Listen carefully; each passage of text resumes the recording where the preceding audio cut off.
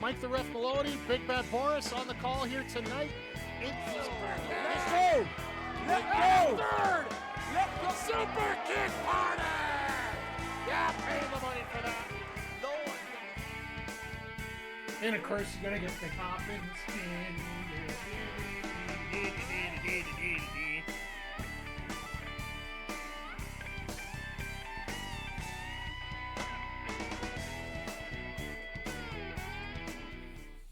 Hey, yo, yo, yo, and away we go. Happy Wednesday night to one and all here for the AEW Dynamite Sidecast.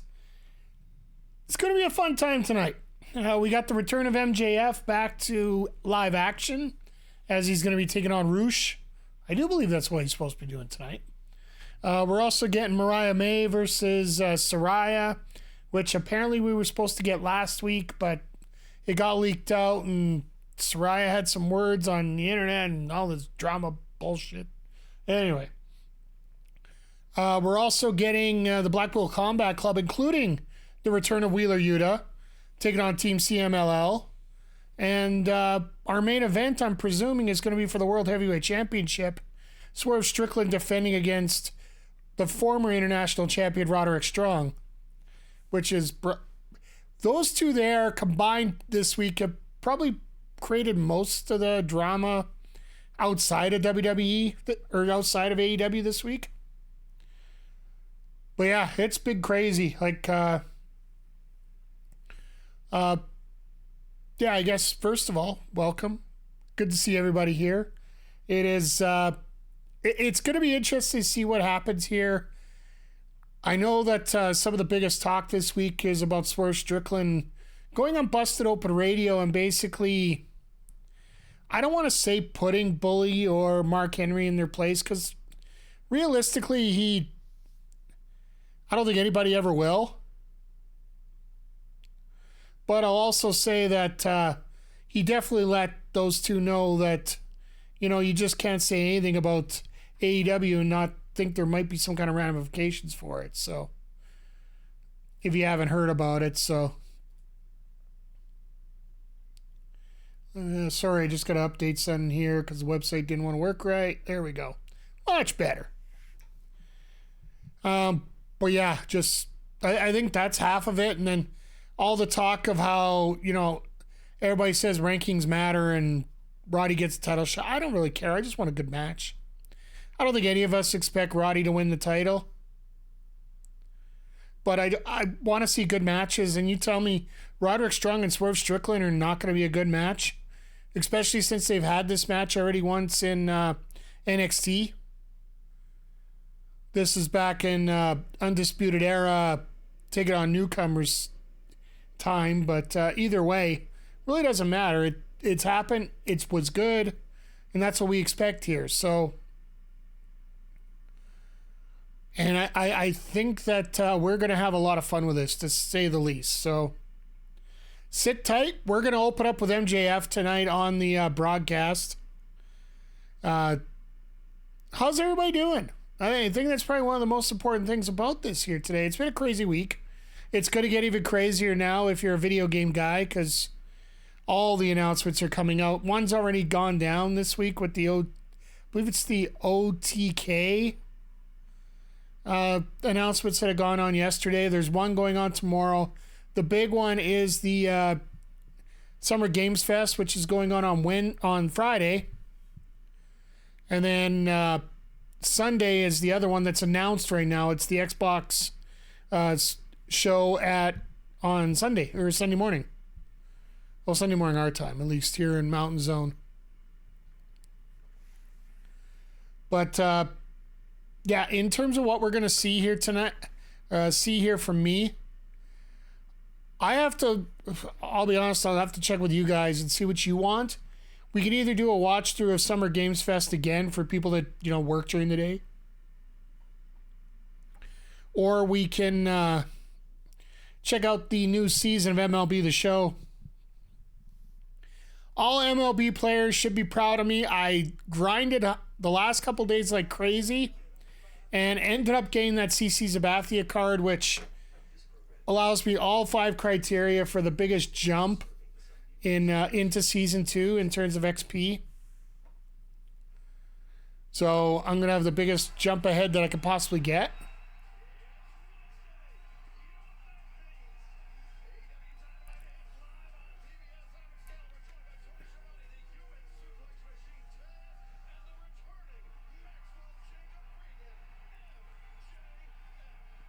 Is he not wrestling tonight? I thought he was. Because Roosh put out the challenge. Maybe he's just going to talk tonight, I guess. Oh, well. They better come up with some other good matches here tonight, but...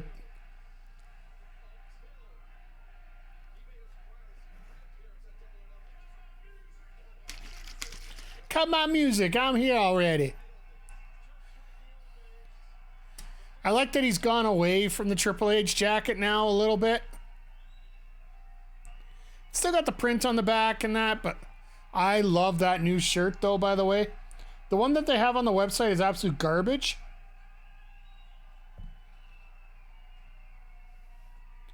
Ahoy, my unscarfed... Ah, yes.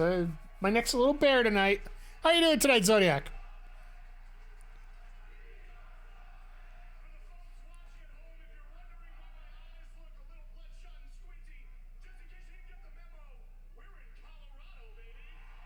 Ha! Everybody's all high in Colorado.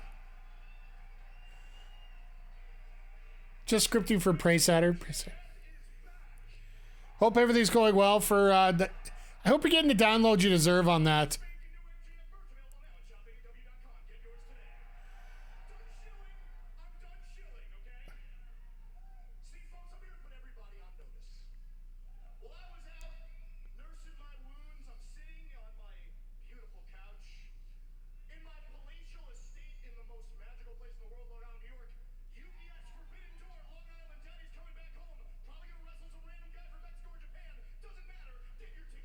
Yeah.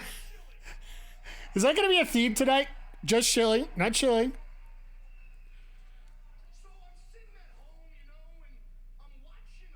It's on a rather exclusive crew. Okay, cool. I'm glad it is.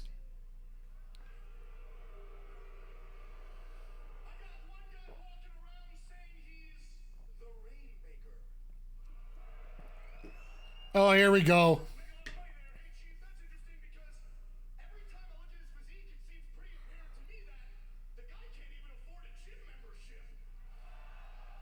Hey, Cameron, how you doing here tonight? Hope you're feeling better this week.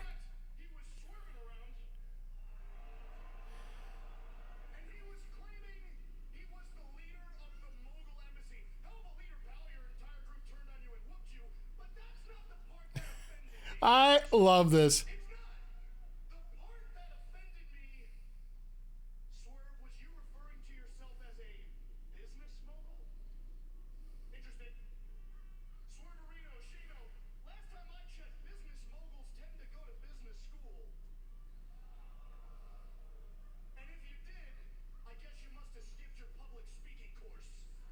Oh!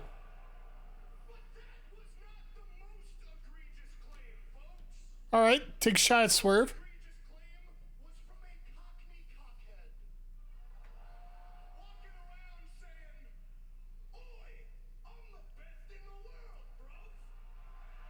All right, Ospreay, I hear you.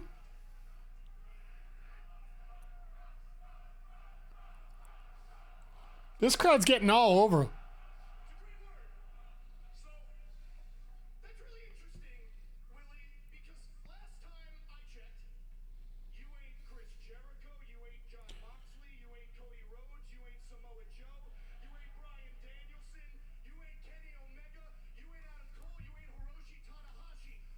Oh, wow.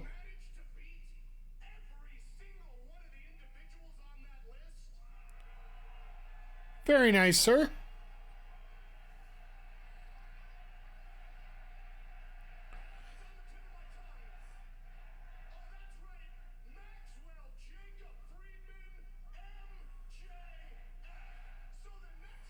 So, I'll get back to the ball in a sec here, Cameron.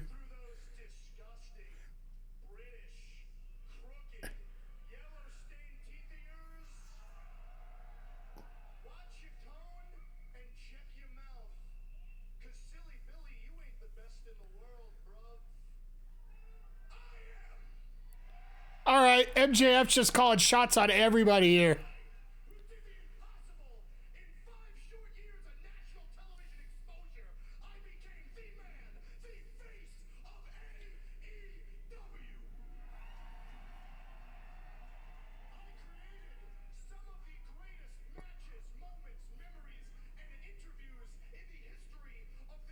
He said, hate, hate, hate, hate. Yeah.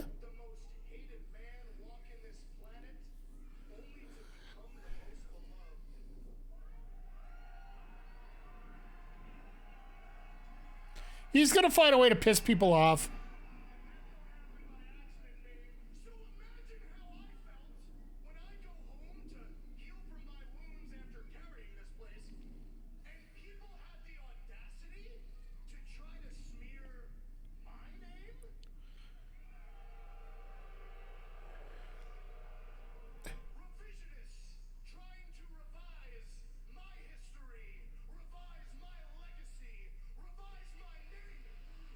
Here's Roosh, like I thought it was supposed to be.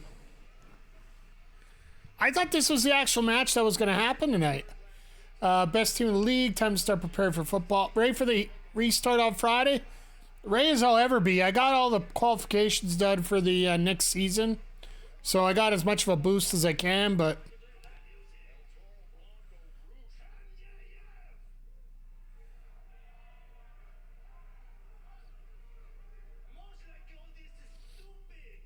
At what point does he say he's the best there is, the best there was, the best there will be?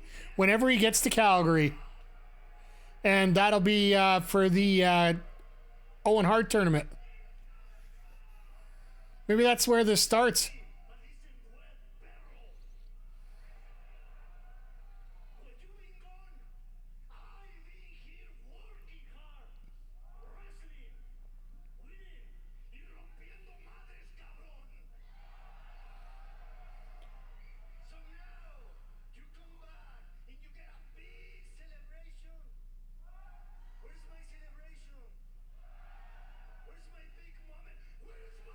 Rush MJF is a game. Yeah, this is going to be an absolute great match.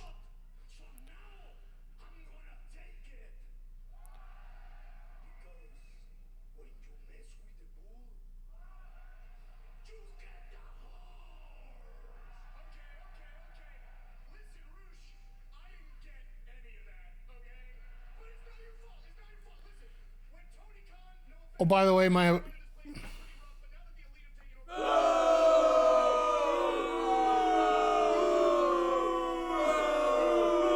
I was going to introduce my new catchphrase. I got a new button, by the way. We'll get to that around the Chris Jericho segment, but I did finally get it added in. I got one of two new buttons here. One's for tonight, one's for Friday.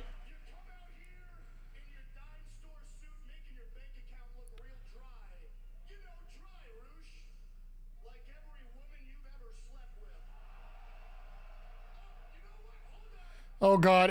MJF's tried the cheap heat. He's doing good.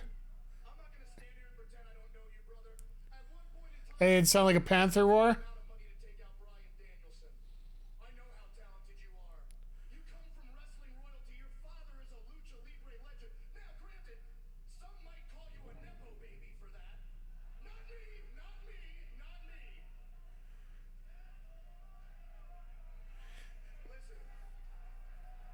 We'll see what happens on Saturday. Let's just put it that way.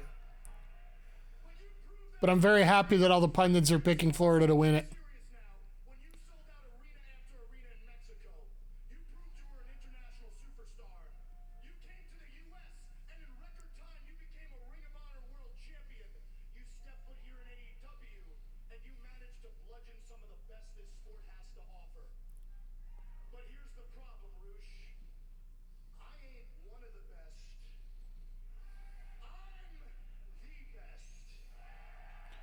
All right.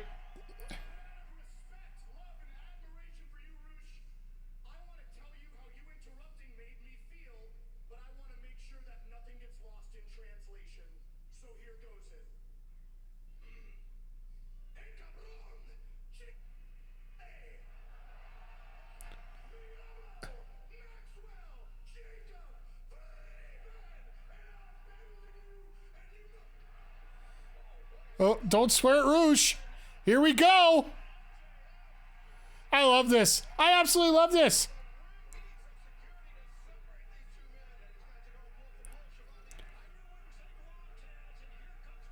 Did MJF almost start a chant we didn't want? Yeah, he... Necro Baby? Yeah, he almost... that would not have been a good idea.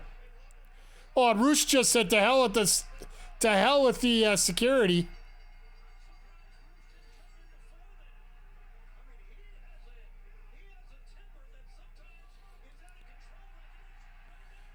Oh, these Colorado indie wrestlers. Ugh.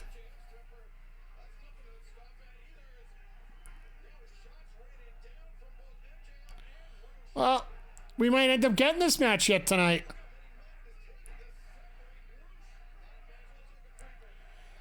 I love how Doc Sampson's the one trying to direct traffic here. Oh no, that's security guy. Never mind.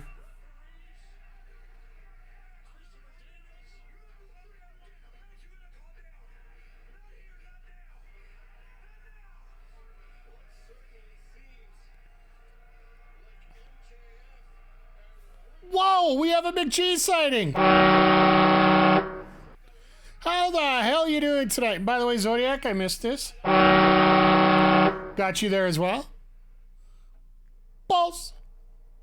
Oh, and this was the preview for the Swerve Roderick match tonight. So that's going to be a fun main event either way. Balls. Now, life's going good here for everybody here, I hope. Like I said, like you guys were saying, you're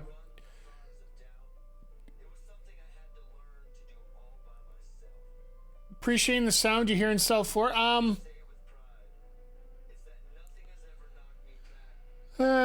Which one do I want to throw here?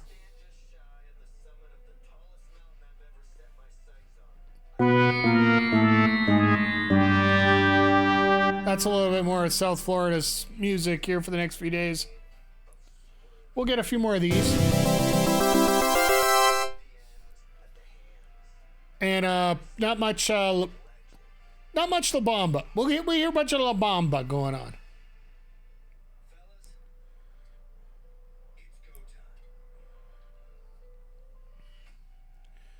I'll be honest, I just want a good series.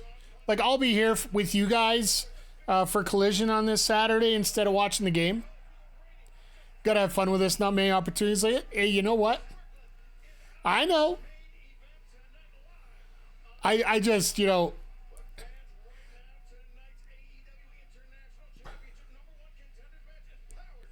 Really? Oh, by the way, we do have our little bet going on here, by the way. If I get up to 30 subs here, I will order a case of Woo Energy and try it out live on stream. But Jay Quick, you get the air horn here. Mr. Consistent is here and always appreciated. But yeah, are you guys psyched up for... You guys would be the ones to be the experts on this. I want to ask you guys about this week.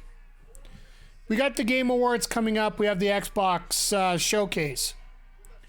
Now, I can't watch them live. I have to work.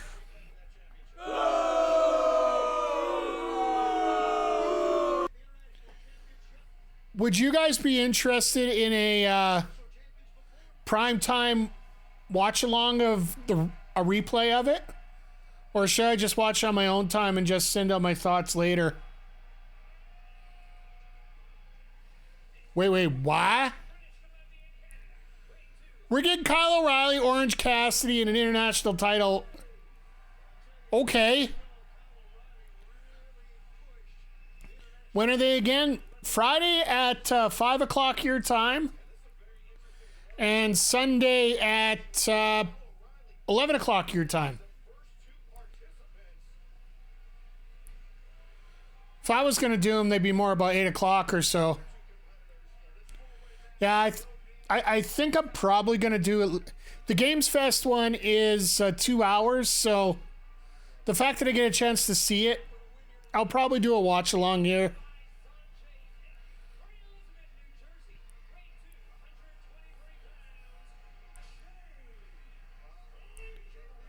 That way you guys we can all check things out together. I can avoid the internet for a day, can't I? Might be the most peaceful day of my life. Realistically, it could be my most peaceful day of my life there.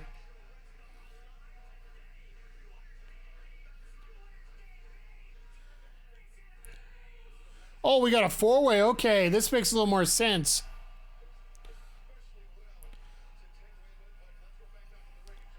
I'm just trying to remember the last time we had a four-way. You'll be missing the Sunday show? But if I'm going to do the replay, it would probably be closer to 8 o'clock your time. Because I got to miss it too, right? So both Friday and Sunday would be... You have a Discord server, yeah. The storm is messing with your AEW viewing? Oh, that sucks, Big G. Sounds like something I've been dealing with here for the last week. We've been having storms all week. This is the first week where we really warmed up. Then I realized the temperature is going to go up in the... it's going to be up in the high 80s for us American... I almost said us American folk. For the American folk in here. We might even get into the 90s here by the middle of next week. That's 20 to 25 for Les Canadiens. Rain here for the first time in like a month. Last week was pretty much all rain.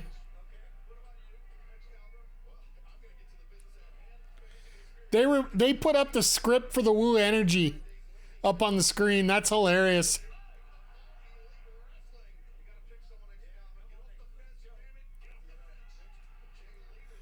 I love Taz. I love Taz there. Gotta get off the fence. Well, let's put it this way. 98.6 is 37 degrees. So yeah, we'll probably be in the 80s this week. That's probably better way to put it. You know what? I won't even get crazy. I'll fix around. Oh, I thought we were getting Penta, not okay, never mind. I gotta wake up here. That is definitely a win.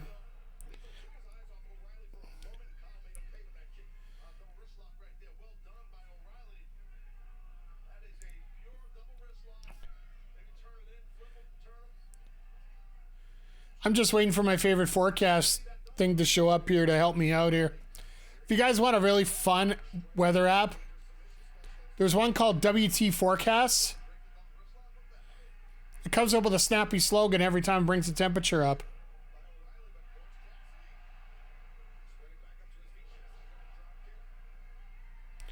It's partly cloudy. What a shame. Of course, I don't have it put on the... Yeah, we're going to get high 80s by next week.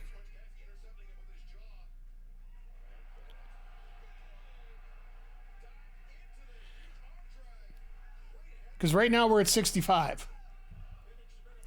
But yeah, we've had, just to go back to the original thought here, we got lots of rain going up here the last week, and now we're just finally getting a few days of sunshine here.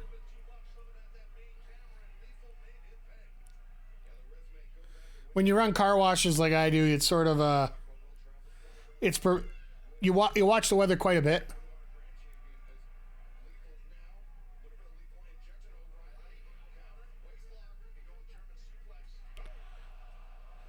I will say, because that's the number of the last goalie that won a Stanley Cup, I'll say the same thing this year. You know what? It's amazing, you know, for all the Leaf fans in here, which there are none. I believe 74 was a very influential number, and I think that'll be another one this year.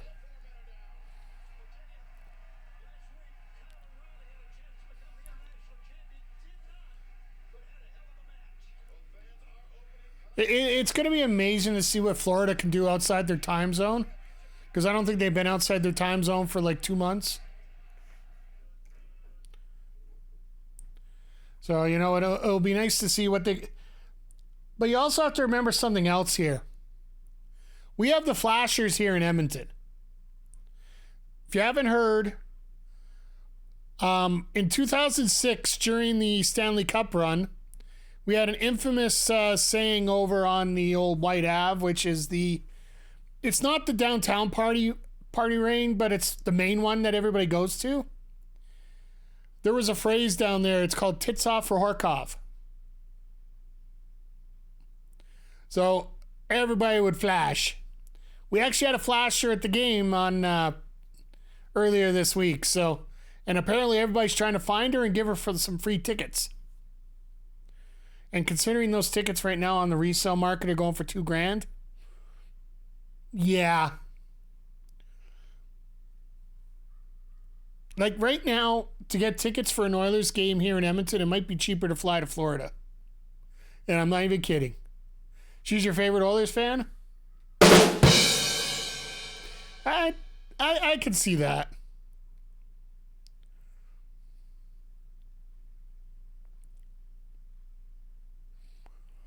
But yeah,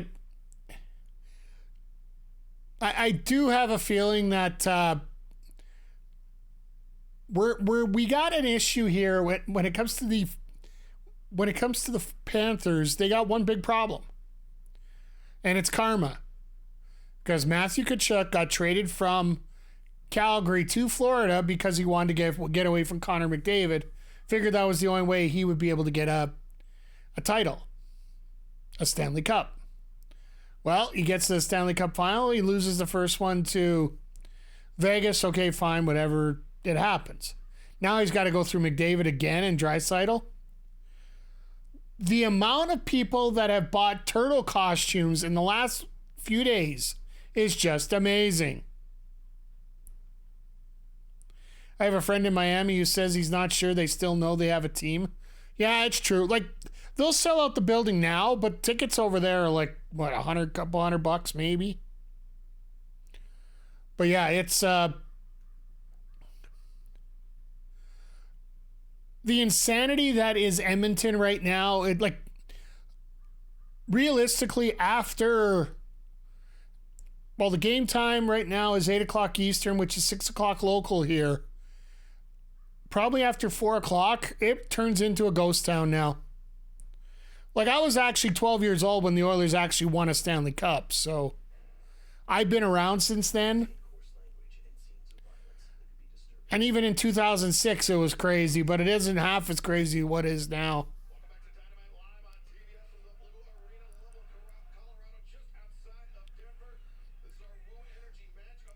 The thing that upsets me the most about this, and it's bad karma for the Oilers, the viewing party for the Stanley Cup road games at Rogers Place has now, the prices have been raised from $5 to $20. Jesus, Fenix!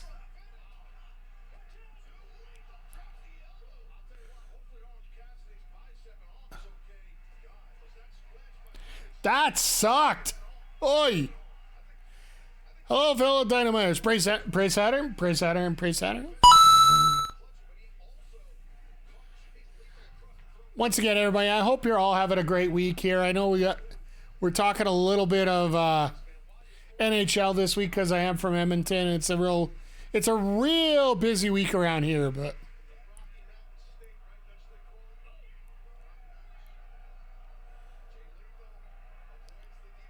Lethal actually gets the figure 4 in.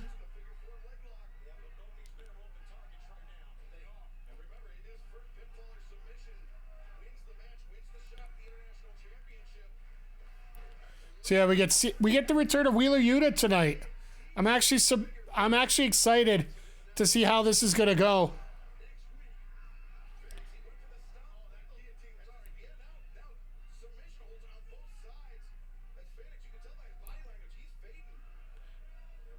So O'Reilly could win this first.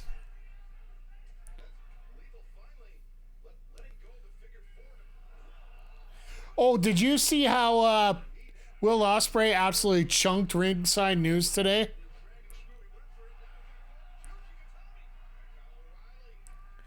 Ringside News was reporting that Will Ospreay is set to go on hiatus.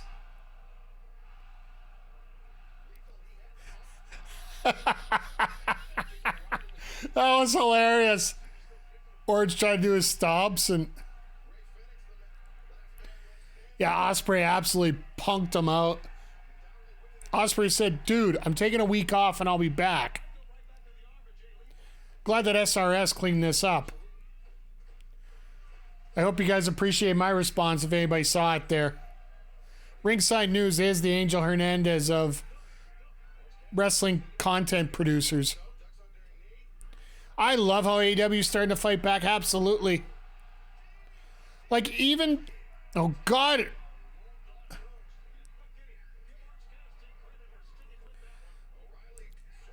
Cassidy is flying right now.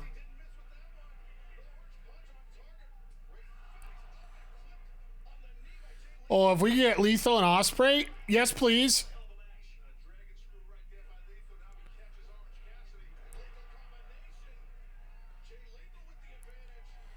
I'd really like to see it, to be honest, if we could.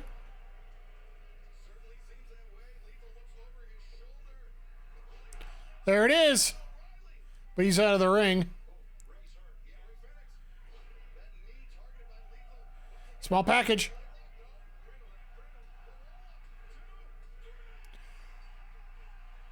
Okay. We'll get back to the topic of AEW stars fighting back here in a moment. Are you getting your predictions going here, Zodiac, about what you really want? Because we're getting Fenix. Son of a biscuit, we're doing it next week. Ospreay Fenix next week. I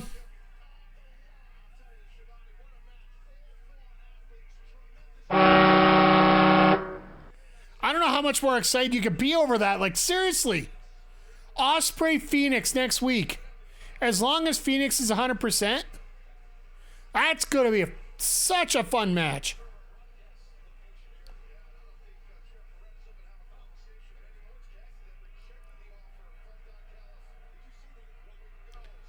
You see the U2s out there? I'm almost tempted to order them.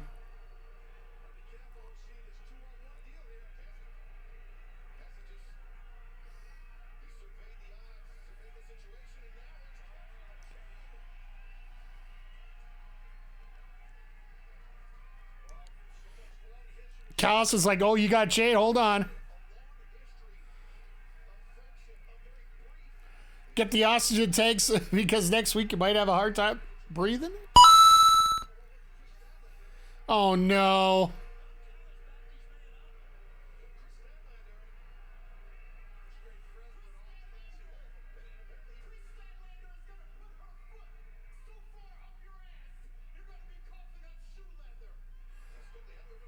Well, Ospreay should be great and should wait. He's coming off a hiatus.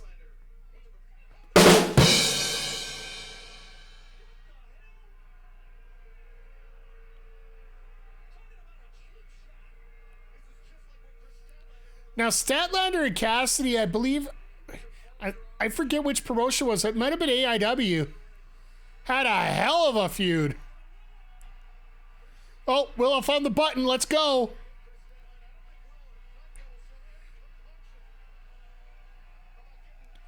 Oh, next week is going to be so much fun.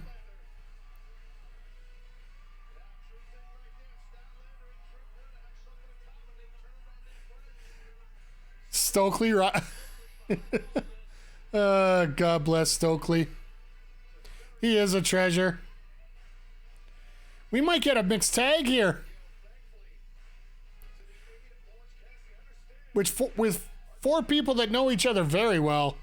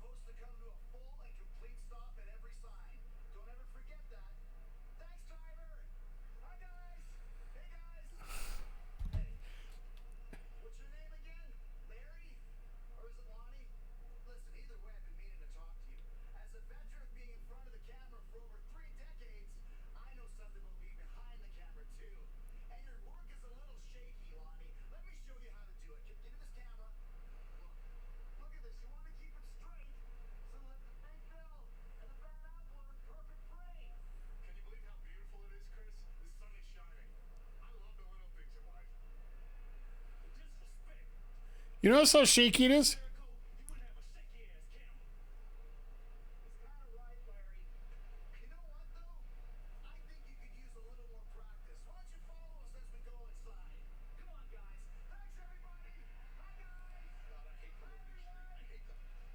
What the hell is that? Welcome to my new sound. I think I'm gonna pull that out a few times for Jericho. Ugh. Just one more time. What the hell is that? Yeah, I don't know what else to say besides that. That's gonna save me a lot of headaches here, I think. Ugh. All right, official break here. Started to talk about the Olympics and all that great stuff. So, the Amazing Race. Yeah, this Forbidden Door card, as we're seeing it here right now, it seems like it's starting to take shape a fair bit. But yeah, going back to how AEW stars are starting to fight back. You saw that thing with Will talking about ringside news being a bunch of dorks, or as I call it, the Angel Hernandez of wrestling content creators. And that just gives me a bad name as being a wrestling content creator here.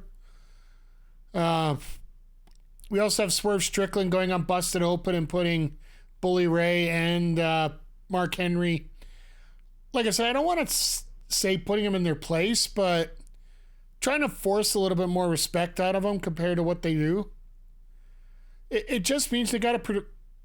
It's all about quality, right? It's going to be very interesting to see what Bully has to say tomorrow about what happened on Dynamite here tonight.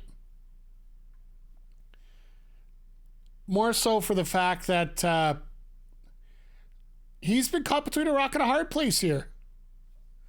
Because once you start getting a paycheck from a certain promotion, you are supposedly biased towards that promotion. That's the site that you have. The only way you could fix it, and it's the way I tried to do it when I was with a few promotions here in Alberta. When everybody thinks you're going to be biased towards a promotion that pays you or does that, you get all of them to pay you. Then you get paid more, and you can't be biased because you like everything. How do you default to PLE? PLE is a WWE. I get that. I get the thinking of that. But I also think of it this way as well. We've had, 3 PLEs in a month from WWE? Because we're getting Mania, King and Queen in the Ring, and Clash of the Castle all back to back to back like this. With all the talk of PLEs, you don't really hear a whole lot about pay-per-views anymore. And yes, he fucked up. He's got to be the first one to default. Do I think it was intentional? Maybe. Do I think it was ignorant and you need to be better? Yes. And his response to it showed a lot. I think that's the best way to say it. Sorry, my bad.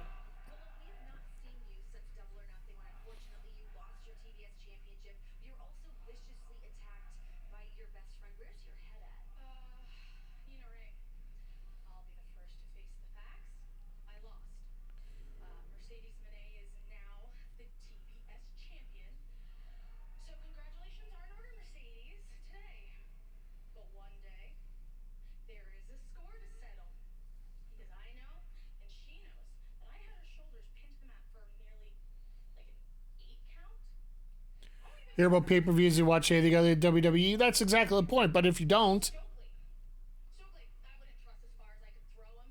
Okay, but he's under a microscope for being a WWE show. Absolutely. If he would have turned around and said, my apologies, pay-per-view. All he had to do was say that, and he didn't.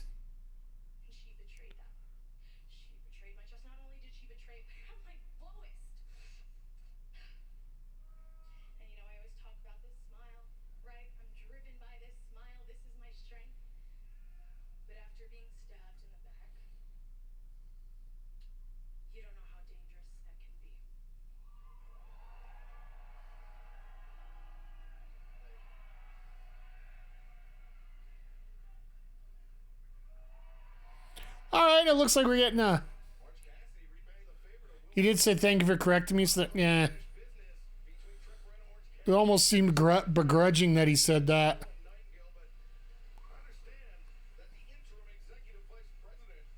And it almost seemed like mocking when he's... Also, tone had a lot to do with it too, right? All right. The GM is coming out.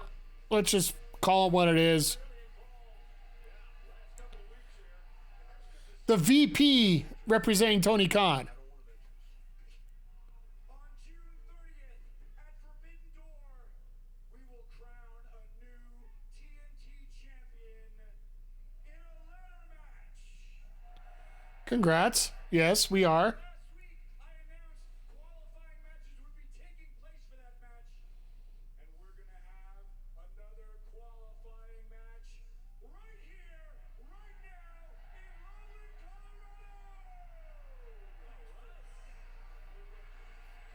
All right. Well, I guess they're really trying to put it over, but... So I think the first one they got was Takeshita beat Penta on Friday. And Callis was barred from ringside, so since Takeshita was by himself, he was able to get the win. And that's sort of the storyline that they're playing up right now.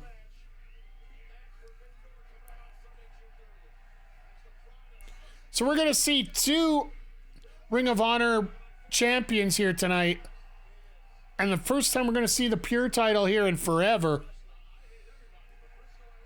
I know a lot of ROH people are looking to see that title be defended soon.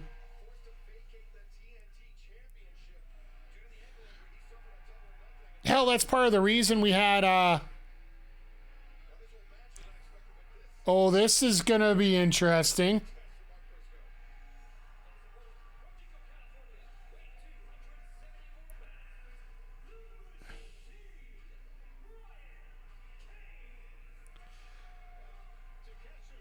I hate to say this, but we got a dead chicken man on our case. Maybe somebody call KFC up.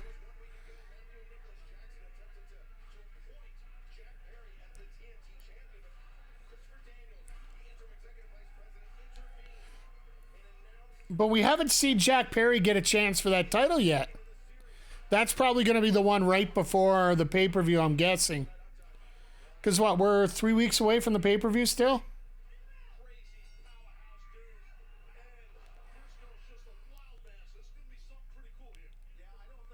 Yay, Cage! I want to see it, with it being Summer Games Fest and all the big announcements coming out, I would have loved to see him come out in the Streets of Cage gear tonight.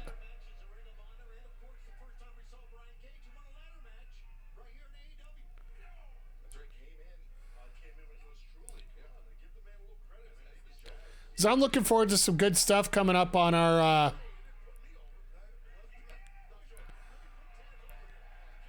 on all these awards. By the way, if you were interested in playing it and you have a PS5 or 4 and PlayStation Premium, AEW Fight Forever is available, the base package. So all the DLC isn't there but for you unless you pay for it, but you can check it out with the base game now. So if you haven't played it yet, if you got a couple hours to kill and you want to have some fun with a classic wrestling game, I recommend it. If you're looking for anything that's going to be in depth and worth checking a big amount of time into in terms of a story or whatnot, no. Wow, that was a catch.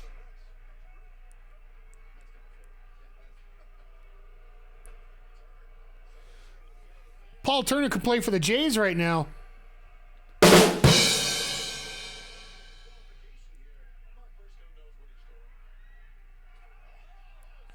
Yeah, I was going to say, you think Briscoe actually has a clue what he's going to do after 3 moves?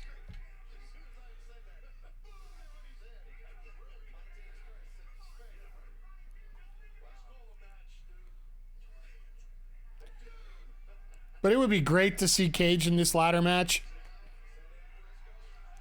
I know Briscoe's been in a ton of ladder matches.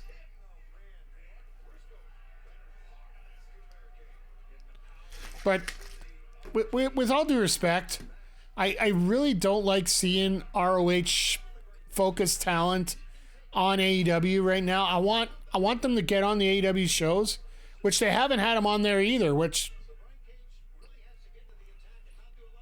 they're trying to make the ROH champions like special appearances.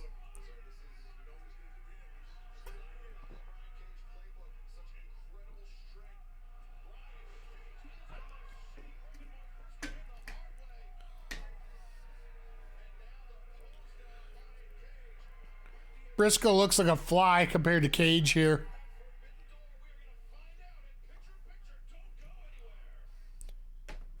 This is one of those matches I wouldn't mind if it ended picture in picture. Cage just finishes him off and they call the match off at that point. But for an unannounced match, this actually is turning out to be a pretty decent one here. But it's almost like the Continental Classic, right? You had Mark Briscoe in throughout the entire thing. And it just felt like you knew that Briscoe wasn't going to win it. But he was just there to eat some losses and whatnot, so.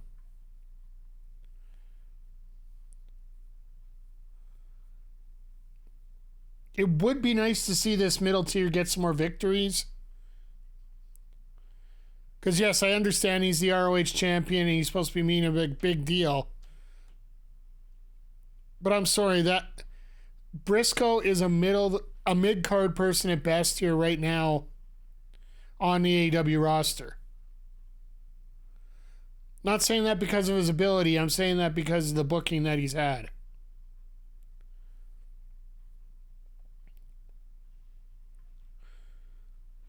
Cage is trying to break his way out of there, and I think he might have a shot at it, but it's going to take some work and it's going to take some smart booking from Tony Khan.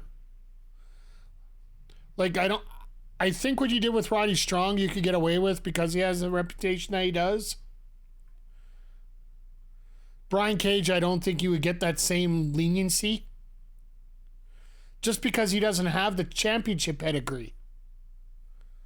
He's always been that final boss guy, or the final sub-boss before you take on the champion, or he's been the hired muscle literally because he's mostly muscle.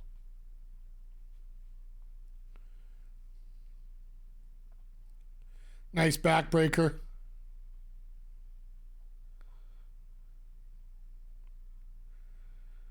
But yeah, like, I think in terms of what you could have in that ladder match, there are so many different possibilities. Like, think about it right now. Even if Cage wins this, you have Takeshita and Cage on the one side. They're going to have to throw some faces in there somehow.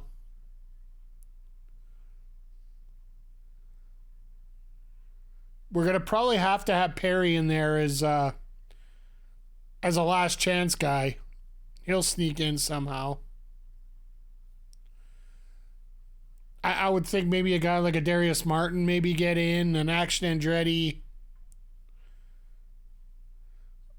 Personally, folks, if you could have the book right now, who would you give the TNT title to? I think the obvious pick in many ways could be Daniel Garcia. But even right now, Daniel Garcia is having his run with Shibata, which could possibly turn into Joe and Hook. Which you get turned into that Jericho Vortex and just bleh.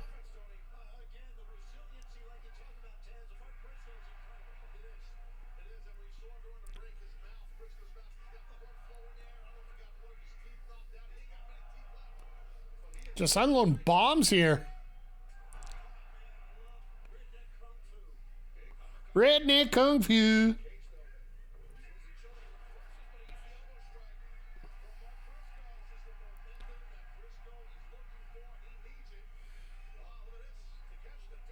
Mr. Spleef, how are you doing, sir?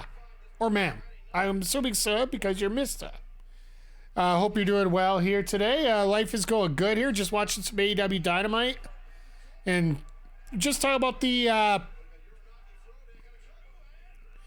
talk about the TNT title picture. We're looking at this title, looking at this match here. We're probably gonna get Brian Cage out of this, but we're trying to figure out who's gonna be the more opportune person to win the championship in that ladder match.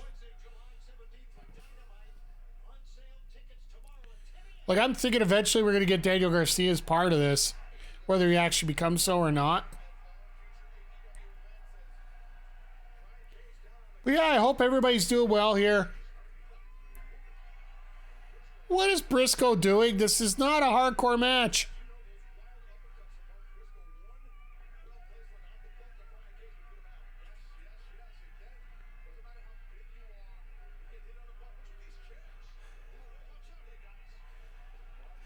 That's why he wanted the chair.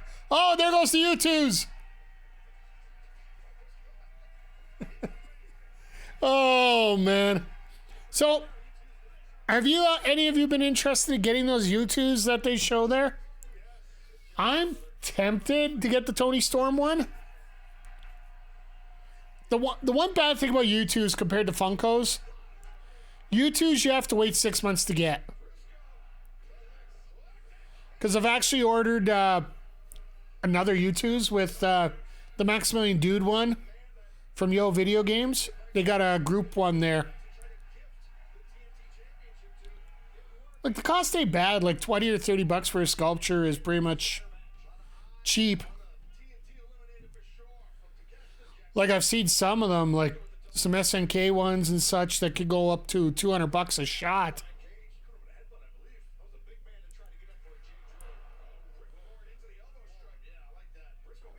Oh, this is gonna suck. I don't know what the hell to call that.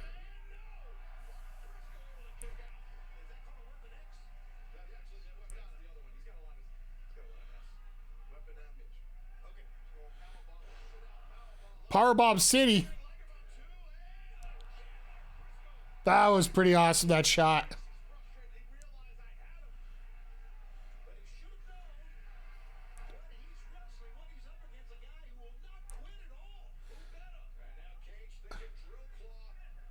Oh, Drill Claw, you got out of that.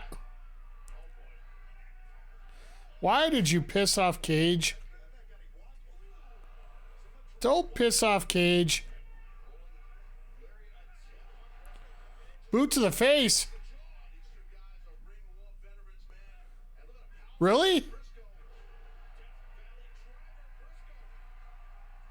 he gonna go Froggy Bow? If he gets this on Cage, I swear.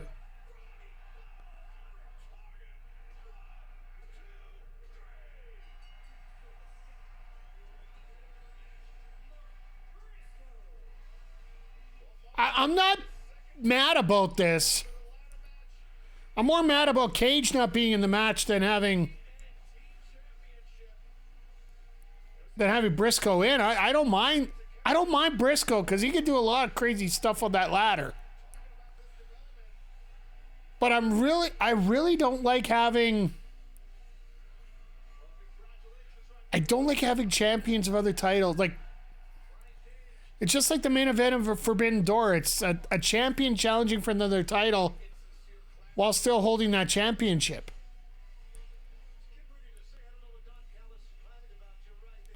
Like, I know Tony Khan doesn't mind doing it because he used to do that for Kenny Omega, right? Like, Omega ended up holding, like, what, 4 or 5 titles?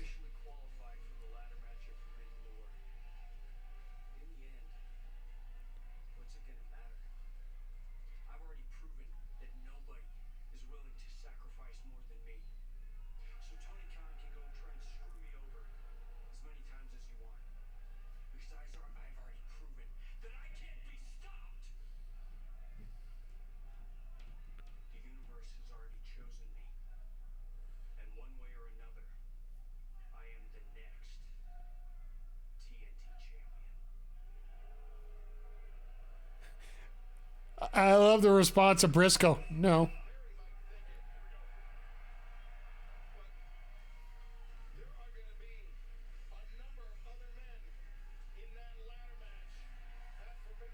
Hey, Hey, don't steal Kyle O'Reilly's gimmick here.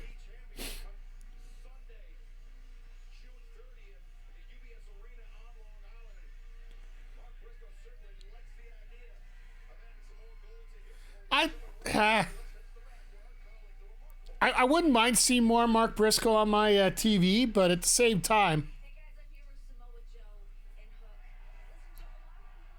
Listen, Joe, a lot of people have seen something very special in Hook and seem like they want to take them under their wing. Is it safe to call you Hook's new mentor? Listen, I wouldn't call this a mentorship, but this is... oh God. These years, you think you'd stop eating this crap and you'd start taking things a little more seriously? After all these years, you're still losing matches? Hey,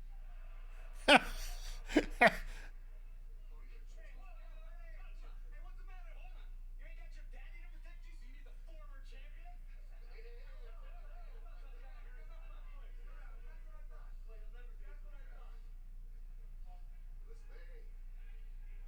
Boys like that don't talk to killers like us unless they know they're gonna get away with it. And judging by all this extra security around here, I guess they knew what they were doing. Like I said, we'll handle that. We'll do it on our time. All right. I do not want to be the premier athletes right now. Dead man walking, I believe, is the term we do. Where is it? Uh-oh. That's what I'd be saying right now if I was the premier athletes. And if you missed the first time. Uh-oh. Yeah, that's basically where I'm at with that. I want to see Joe Hook, Garcia and Shibata. That's going to be the clan to take out Jericho. But I got a feeling we're going to get a Rampage match between Hook and Joe against the Premier Athletes. Because that just feels like what they would set this up to be. I'd love to be on Collision on Saturday, but...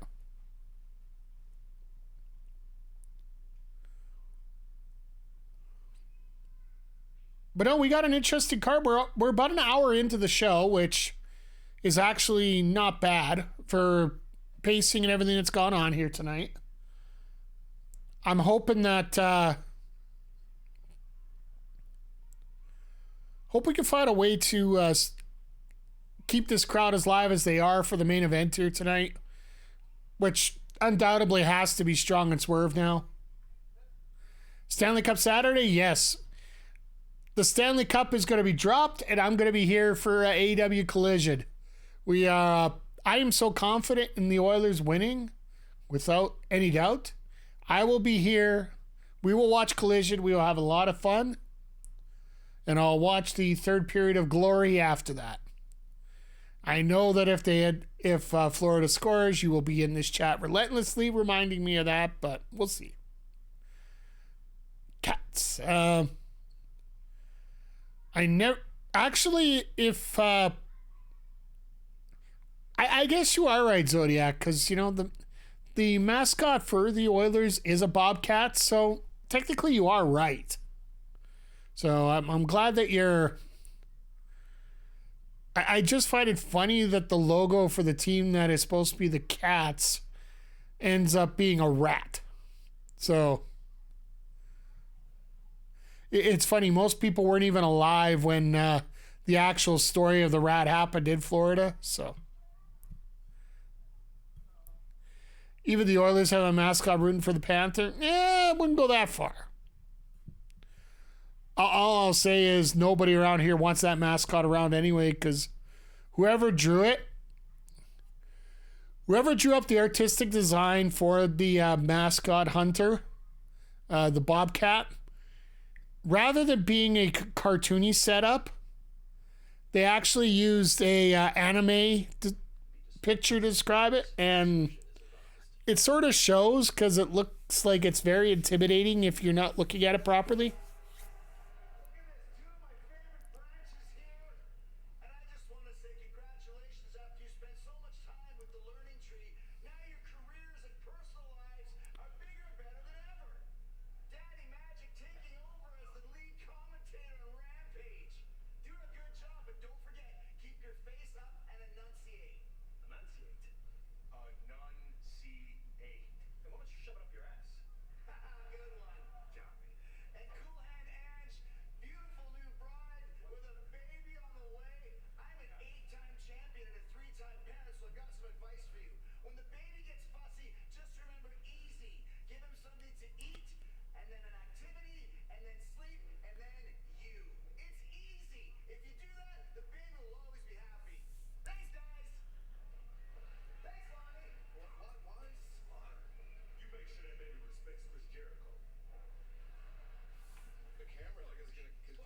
What the hell was that? I got a feeling this button's going to get worn out by the time I get done with it now. And I might as well just keep my thumb right on it right now.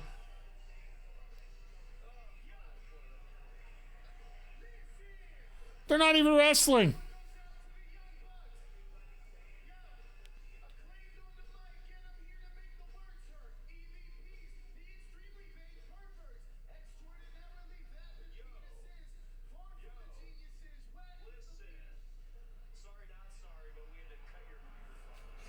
You know what? This is the one time I will do this for the Bucks. That's a win.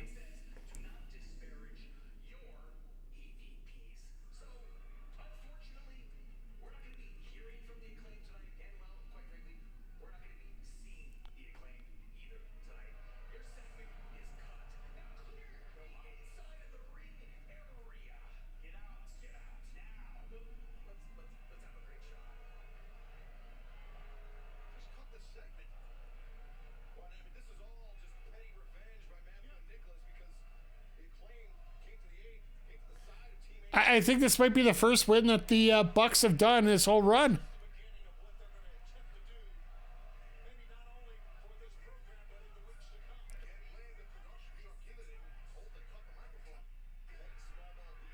Uh-oh, Caster said something else stupid.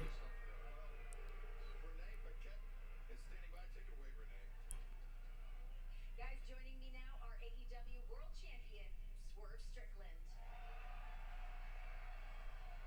Swerve, you've had a lot going I gotta order me some Nana coffee just for the hell of it, see what it's like. on against Roderick Strong. How are you feeling Have about you- this match? First of all, welcome back, MJF. You little bitch, man. Finally, you show up to work. You mention my name, I'm gonna deal with you. Not in the way you're gonna like. Second of all, right here, I got the contract for the main event of Forbidden Door. Signed, sealed, delivered by yours truly. I'm gonna need you to send that to Mr. Will Ospreay in the United Kingdom, right on this front doorstep. Don't worry, shipping's on me. So tonight, World Heavyweight Championship match with Roderick Strong. You talk about climbing mountains, being knocked down over and over again. Understand, you are dealing with the mountain of professional wrestling. All right, I like this. I'm letting you know, I'm not just going to knock you off of it, I'm going to bury you under it. Since you want to make demands and all that for World Championship matches. You know, what's been on my mind is the EVPs.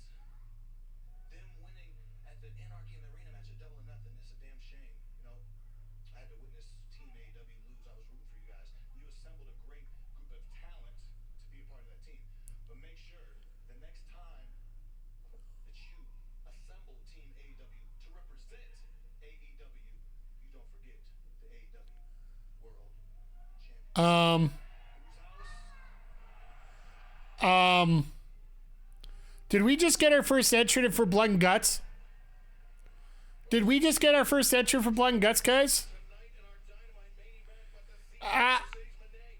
Oh, here's that QR code, folks. I'm just gonna quickly take. Of course, my phone's never ready for that, so you guys let me know where that is. They're doing title for title? Vacker and Monet, title for title. Let's go. Okay. I'm sure that the Monet code thing is going to come up here on numerous accounts here in just a moment.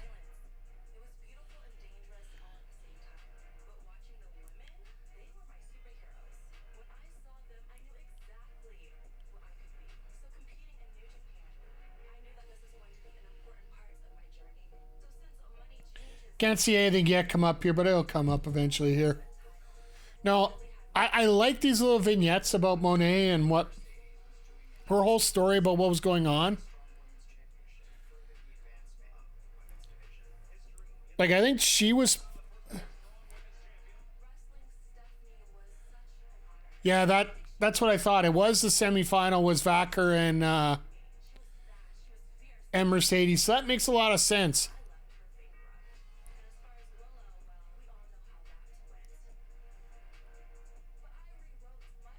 But yeah, I'll go back and I'll take a look at that QR code and see what it has to say later on here. I'm just a little slow. What can I say?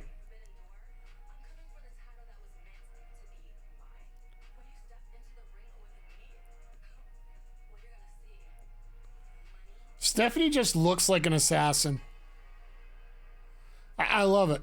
It's the only Stephanie in the business that, you know, actually looks like a Stephanie that will murder people. And of course, here we go. Gotta have that song again.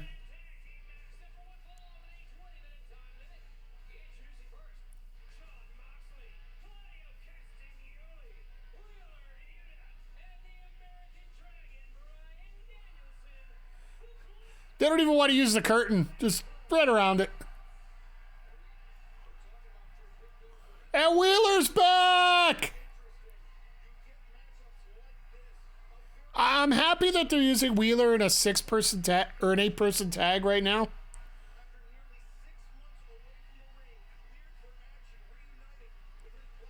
You give him an 8-man tag here so you can let him ease in a little bit, wheel in here a little bit, if you know what I'm saying. Sorry, had to use a cheap one there. But I do hope that he gets on ROH TV soon and he gets the ability to defend that Pure Championship, because that's one of the titles that has very unique rules. It's sort of who dropped off a rose to him, of all things? There's Moxley in the crowd. I love it. Nigel Fears Yuta signing the crowd. That's pretty awesome.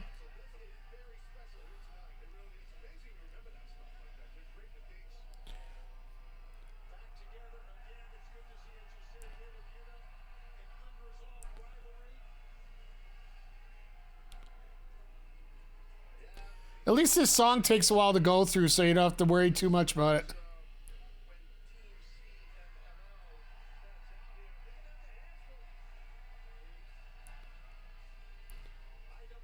And it also is funny here that Claudio basically has a huge blood feud with everybody in CMLL for some reason.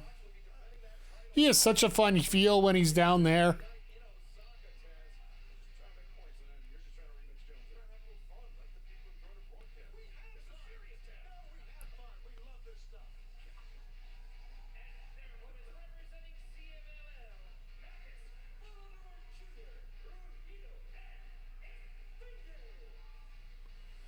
And the entire crowd goes, who?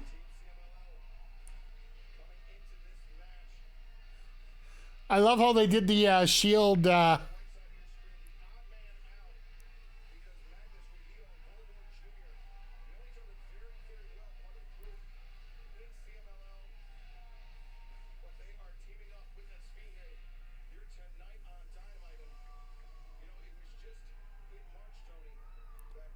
So, the same night as Clash of the Castle, I do believe there is a Triple Mania going on in AAA. I know that isn't related to CMLL, but I find how much action we're getting here in the next few weeks. Like hell, we got Battleground coming up on Saturday or on Sunday, which is completely screwing up my watching schedule of wrestling. I'll have to watch it on Monday on my day off.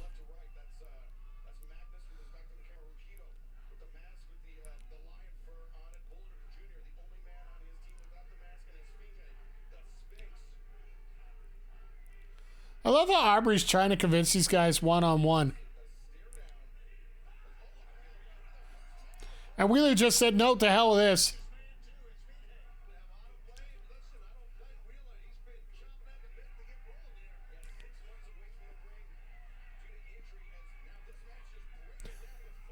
All right, good luck. We're going to get like 2 minutes of a match here.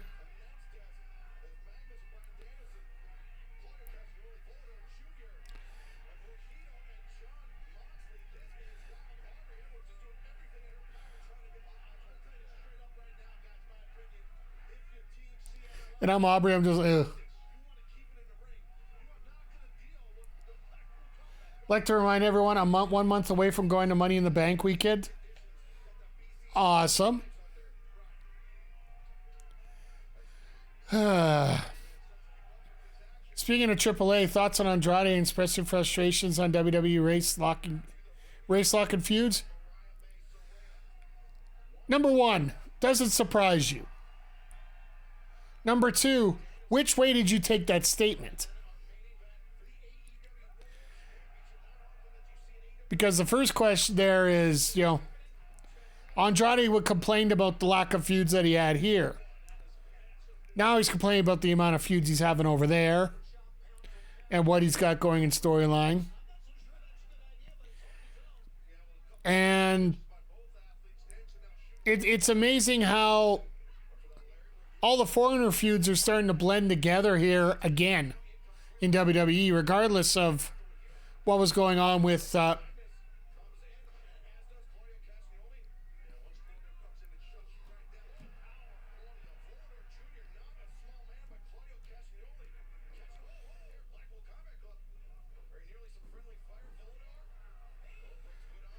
Nice try, Voldemort. Oh. Now, what do you guys think? Like, I do think that he has a very legit point, but I also do find it interesting that both Humberto and Garza are both their contracts are coming up soon too, and that's our nightly contract thing. Am I surprised? Yes. A year ago, it would have been no thought. It would have been no, though. But now I thought Triple H was the savior of wrestling. I've said it from the start. Triple H booking, in many ways, has done a lot. But a lot of that major booking is actually on Paul Heyman. If you look at the middle of the card, he hasn't done much with the women's division overall.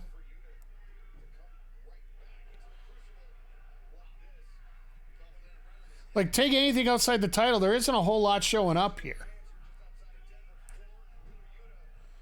Nobody's perfect at booking, and WWE is going to get another A+ pay-per-view because of the crowd.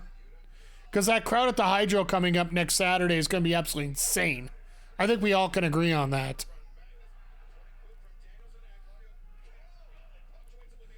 All these out-of-town crowds outside of Toronto are going to be absolutely nuts.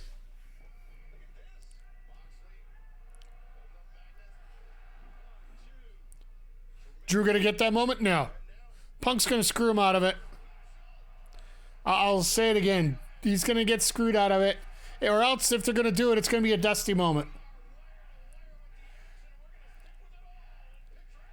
Now, the unique thing about that, and this is something I want to get into about whether you're talking about the Oilers, and we were talking about this at the beginning here, and it's all going to correlate here. I'll bring it back here, McGee, trust me. The Oilers just had their announcement of their watch-along party inside Rogers Place here in Edmonton, inside the rink, to watch the game. Up until this round, tickets were only $5 a person to get in, and it was all going to charity. So, now, as we move forward, for the Stanley Cup Final, they've upped it to $20 a person.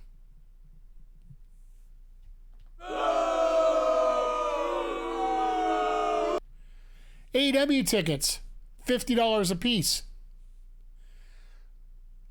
They've oversold it. Stanley Cup Final tickets, they are, well, in Edmonton, resale is going for over $2,000 a ticket right now. Clash of the Castle, this is where I was getting to here. I saw prices of $1,000 for floor seating or lower bowl seating for that event. Like, they're getting priced out, and I'm glad that the Hydro's finally said enough, and the lower bowl just isn't being sold. JPJ, how the heck you doing tonight? Hope you're enjoying the lovely exploits of Dynamite tonight. It's been an interesting night so far. We were just talking about, prices of tickets and the kind of... It started on a conversation talking about how Triple H is booking, while he's had some good spots, it hasn't been everything perfect. We were basically going back to the Andrade comments. It all stemmed from there. And now we're talking about Clash of the Castle. Going to be... I said Clash of the Castle is going to be an amazing show just because it's Scotland and everybody's going to go nuts as always. But yeah, if you look at the seat map for Clash of the Castle right now, most of the lower bowl on the floor are not sold. Just because the prices are absolutely stupid. Like, look at the prices they have for SummerSlam. Like, essentially to go to SummerSlam or WrestleMania or anything like that, just for tickets for both nights, I'm probably looking at half a month's salary just to go watch 8 hours of wrestling. Like, I love wrestling, don't get me wrong. But it doesn't make sense anymore, kids. Like, this is Toronto Maple Leaf syndrome here. If you watch a Toronto Maple Leafs game, more often than not, the building is absolutely dead quiet. And that's because the tickets cost so much that the people that buy those tickets are more worried about their Grey Poupon. Shout out to Wayne's World here, but the way of the world nowadays. Yeah, unfortunately, it is the way people are going with it, but eventually somebody's going to have to say, no, we're going to stop. Getting out of hand, they need to be reset on ticket price. Yeah. Blink 182 tickets for Fenway are reselling at almost $500. Yeah, like... It's basically under the category of what you're willing to pay is what you're going to get. One thing I have seen, and it is a bit of a joke in many ways, and I even remember this even as young, a criminal racket. As long as it isn't Jim Cornette's racket, we're okay. But, Jesus, Claudio flew there. Hoi.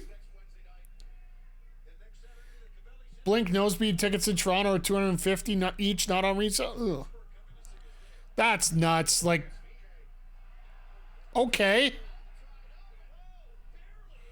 Claudio barely being able to get out of that pin. But, yeah, there has to be some kind of reset coming up with the fact that they're not going to be able to sustain this for, like, people just aren't going to pay for it. And one thing I do remember, and this is... The reason I remember this is because it's one of my most memorable experiences as a kid. Even back in '88, we went to LA for Christmas here. We went to a LA Detroit game. We didn't have tickets going in, but we knew that if we went to and got them online, well, there wouldn't have been online at that time. If you would have found the scalper out and about, we would have paid a lot more. You go to the venue, there are a ton of people out there just trying to get their money back on those tickets. I got a feeling you're going to see a lot of that coming up soon, because people are trying to take advantage of a good thing. But eventually it's going to be, nope, you're not getting that. Oh God.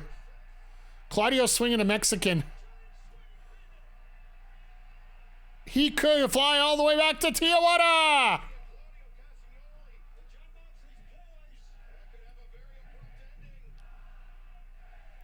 Hey, Brian, how you doing here tonight? Hope you are doing well. But yeah, like...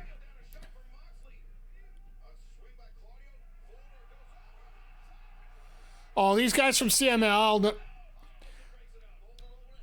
The thing is, they just don't have the character definition of what you get in AEW, like people knowing who they are. But the thing is, they're coming from CMLL, and CMLL has proven to have a reputation of absolutely fantastic wrestlers.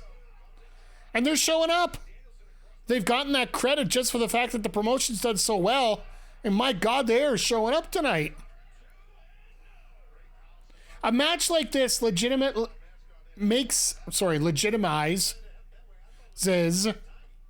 Forbidden Door coming up on the 30th, right?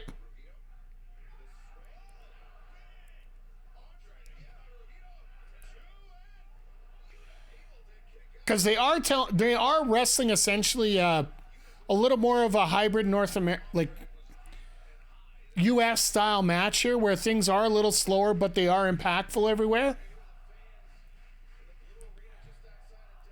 And the ability for them to adapt the way that they are.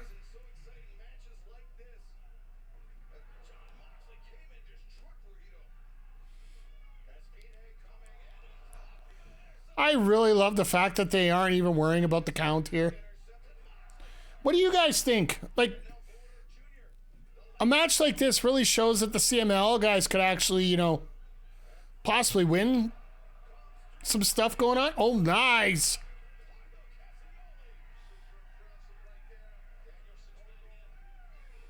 And Brian says enough. And Wheeler's going to get the win here. Wheeler's got to get the win on this. It's his first match back.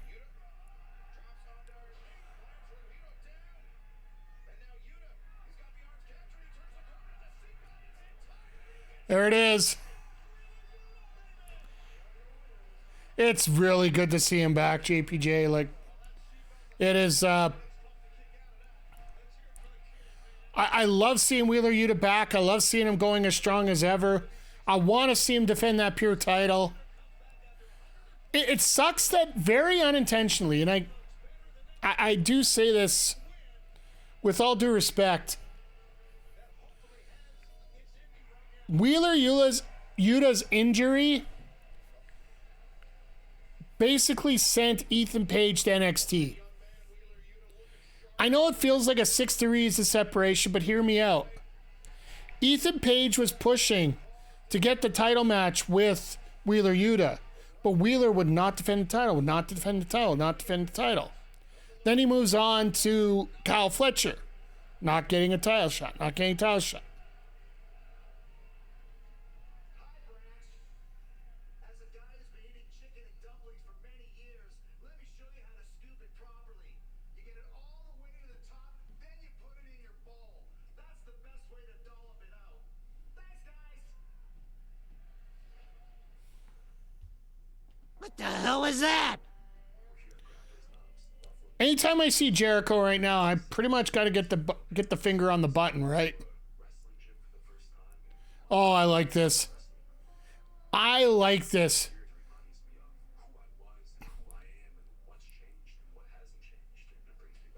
I appreciate last week some of the subtleties where they gave Daniel Garcia the black tights to work with Shibata. Got him away from the Teddy Hart trunks.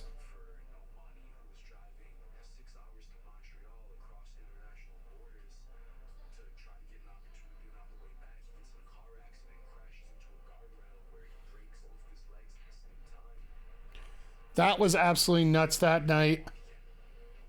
I don't know if you guys remember the night that I had that car accident. Jeez. Ethan Page will do well in NXT. I don't think so much on the main roster. I don't think he's going to go to the main roster. NXT is going to need some experienced people down there. Not a lot. Not a lot. Don't get me wrong. You don't need like 10 or 12 or 14. But they do need 2 or 3 that are going to be somewhat of those gatekeepers, people that are going to keep everything relevant down there. And I think Ethan Page might be one of those.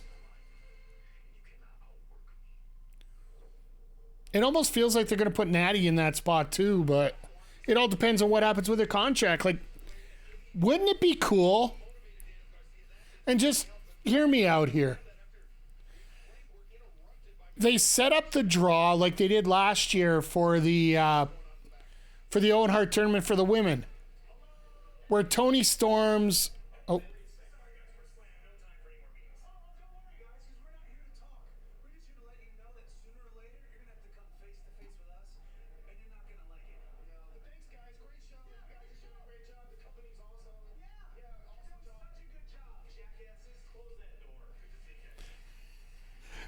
all right. I will still qualify that with a... What the hell is that? But just for the fact that they did the exact same shtick that Chris Jericho did there. But the Acclaimed actually have something to do, so I guess it's a half win. We don't know why they were coming out last week, but we found out now. But wouldn't it be like, hear me out on this with the Natty situation. They set up the draw exactly like they did last year, and they have one last surprise entrant for the Owen Hart tournament, the last quarterfinal. The last time it was Toni Storm who had, I think she got the surprise spot. What if it was Natty this time?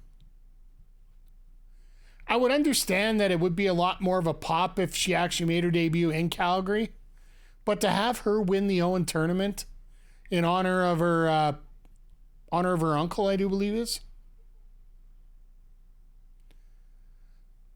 like, or second cousin, whichever way it works. They are related. That's all that matters. But it'd be really cool to see. I don't see her moving. I don't. But I do. Here's the one thing, and I'll say this all over the place here when it comes to these release stars here, or out of contract or whatever. We really don't know what they want. We really don't know what their expectations are. Until we know what their expectations are, we're not going to know what they're going to do. We don't know how much TK is going to pay because it's a private company, doesn't have to announce anything. There are TKO stocks, so there is a certain earnings report that needs to go out. Dadbot, how the heck you doing here tonight? Dynamite's been interesting tonight. We got Jericho going overdrive on his shtick. We got Mark Briscoe qualified for the TNT ladder match at Forbidden Door against Brian Cage, which I was totally dumbfounded about. The BCC just beat Team CMLL in a very entertaining match. We had Orange Cassidy, it was, we're getting Penta versus Will Ospreay next week for the International Championship. So that is going to be a huge win for us, because you can imagine what Fenix is going to do in that ring against Will Ospreay. Both of them, when they start to put it into gear. Like, speaking of people putting it into gear, like we were talking about these potential releases and contract stuff. What if, and this is a complete story of what if. And I think this is almost open to the open booking idea of actually creating a bunch of what ifs, right?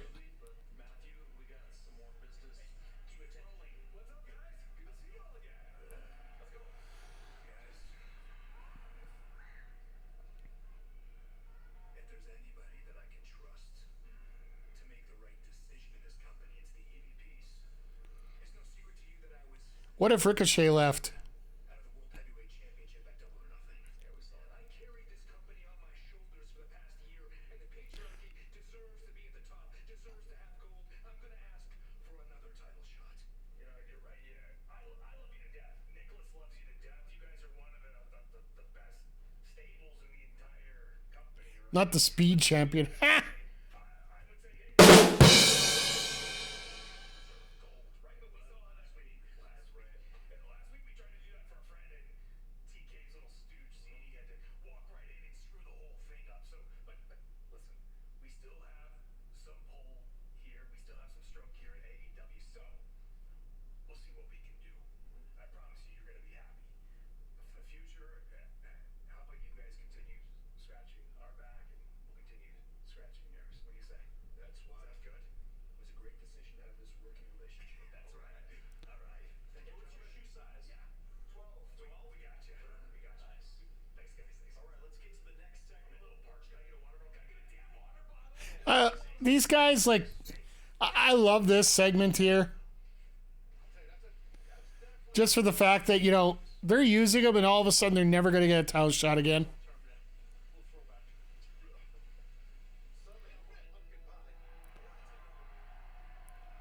So we're going to get Tony on commentary. know she's upgraded to a black dress tonight.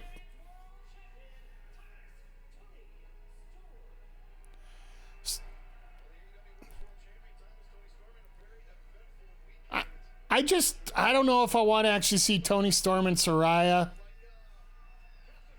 for our wow.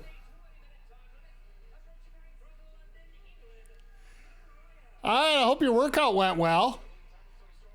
But Tony's gone complete outcast outfit, or Mariah's gone complete outcast outfit. Hitting baseballs on the tee. Hey, that's cool. Glad you're getting a workout in, getting yourself feeling better. So, once again, I'll ask you guys. If you've seen those U2s, are you interested at all in picking them up? I do understand that U2s aren't exactly the best choice in the world. That's all I do after a game, especially striking out 4 times today. You know, just do it consistently. Don't do it because you struck out 4 times. One thing I've always learned, and this is coming from 25 years of being an official, and this is a real official, not a wrestling official, because they're 2 totally different jobs.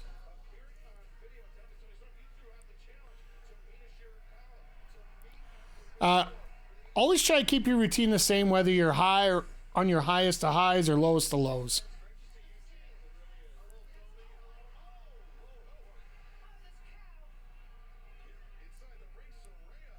Saraya beating up on Mariah already. Talk about your girl. I appreciate that we have another Oilers fan in here. Also, they are officially doing Mina Shirakawa and Tyler Toni Storm. I know that Storm put the challenge out to Shirakawa at the last Stardom show.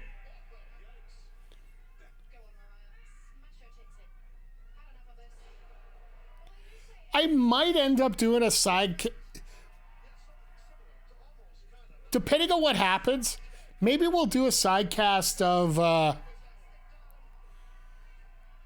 sidecast of the potential clinching game here, one way or the other. If it's game 7, maybe we'll sit down, we'll have one.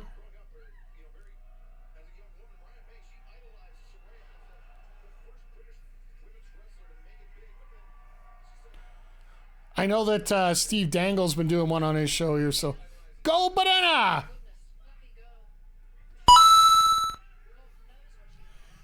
What is Saraya wearing? Got that Harley and Saraya shirt or what?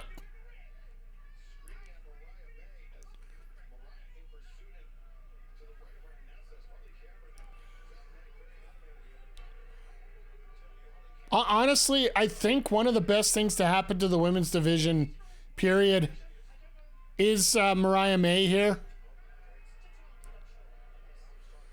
Not necessarily for now, but for the future as well.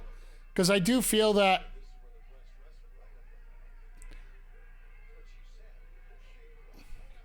oh, Jesus. Hey, Mass Keaton. I'm a friend, so don't have my volume on, but wanted to give you watch time. Hope AEW is good. Thank you, my friend. I appreciate you.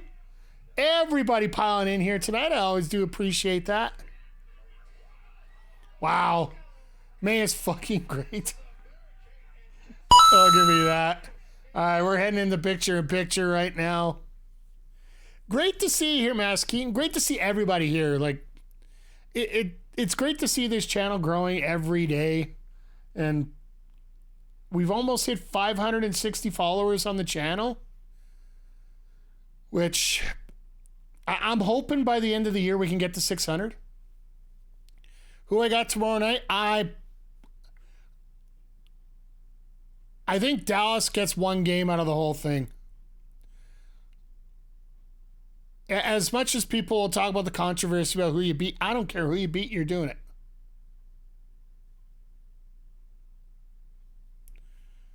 I think Dallas gets one game at home. That's about it.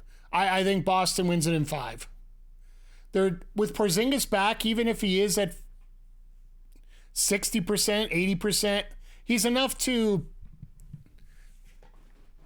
enough of a deterrent that the inside presence can at least be watered down enough that it's not going to be enough of a factor to help out.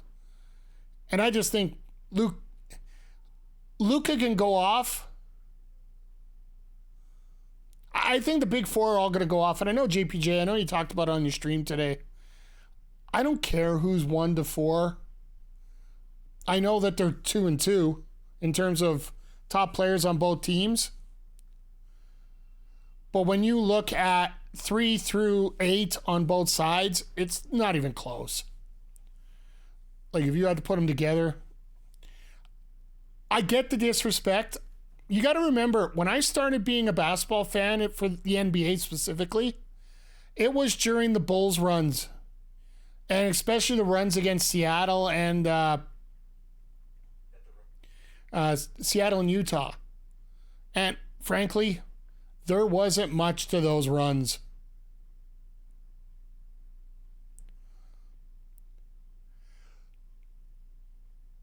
The Bulls that ran through the first two rounds like nothing.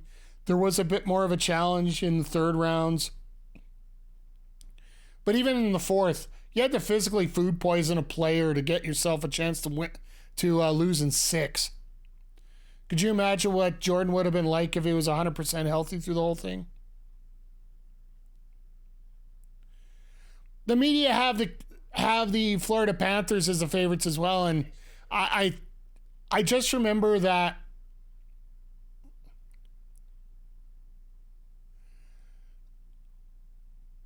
I think it's the fact that everybody's talking about Tatum and Jalen being it for the team.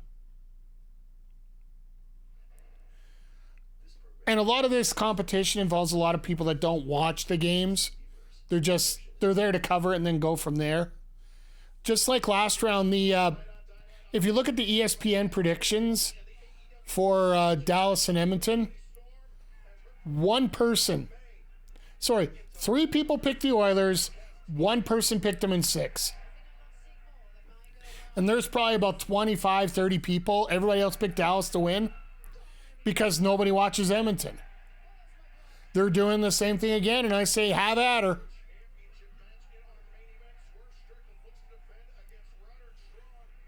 I love that Mariah and Saraya are getting time tonight.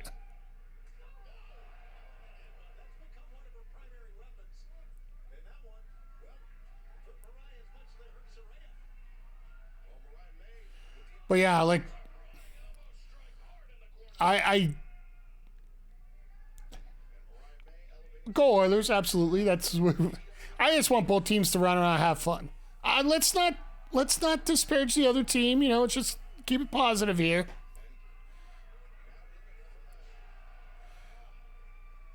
In other words, I don't want to rile up a bad cat. That's one thing I've learned. Sometimes just quietly. But yeah, the Celtics, I think the biggest difference between Florida having home ice advantage and Boston having home court advantage, and I've always been a proponent of this. Once you get to the third round of the playoffs, the team that has home ice advantage typically had the easier run.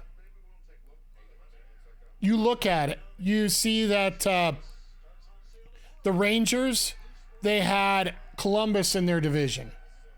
You see Dallas, they had Chicago in their division. And Philly, well, they just ran over everybody. There's a difference there. That's the difference between the NHL finals and the and when you're talking about Florida here, you had Ottawa and Buffalo in your division, and Detroit. Detroit barely missed the playoffs, but the other two, they just taked it in.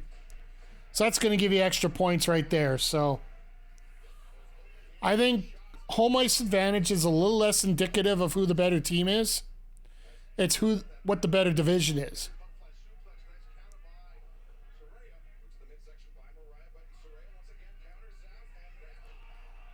Oh, God.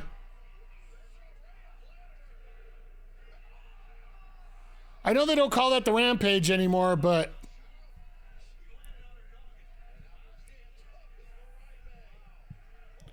that was a doming right there.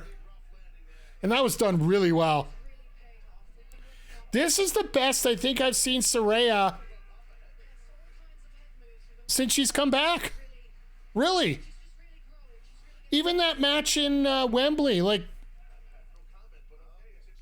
she did not look good in that match, but, oh, here we go. They almost pulled a Randy Orton there. Losing with a shoulder up.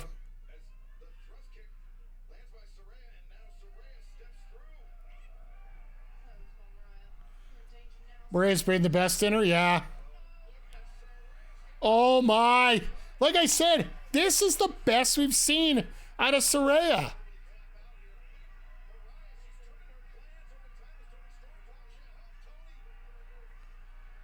Tony's going to throw the towel in.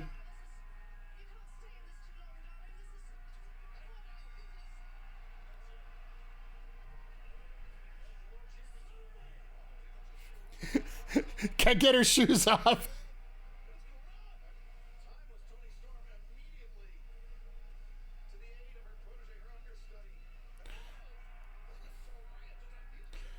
And here comes Mina for the save, because they got this weird dynamic going on.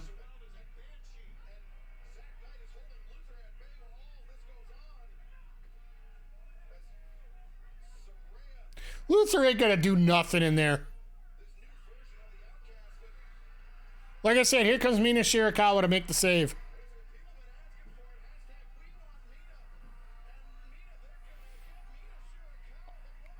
I hope Mina's got some duct tape on that outfit. Jesus.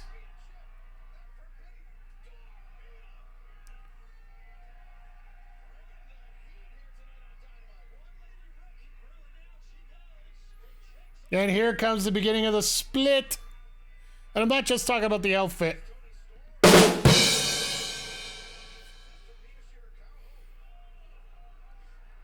Oh my God. The boob bounce.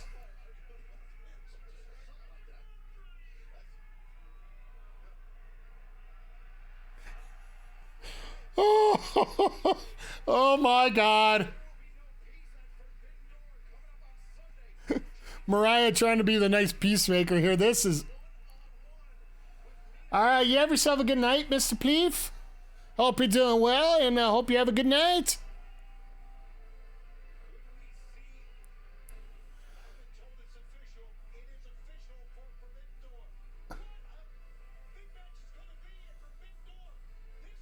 What in the hell is... Even Mina's doing the... Who's going to motorboat here first? Tony's head's going to get ripped off. Or Mariah's head's going to get ripped off by the end of this here.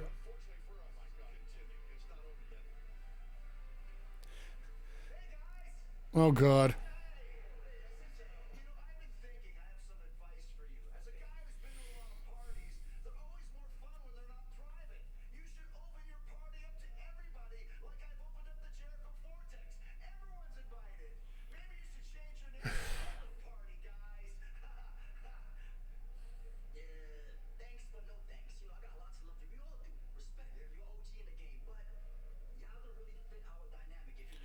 Oh, God.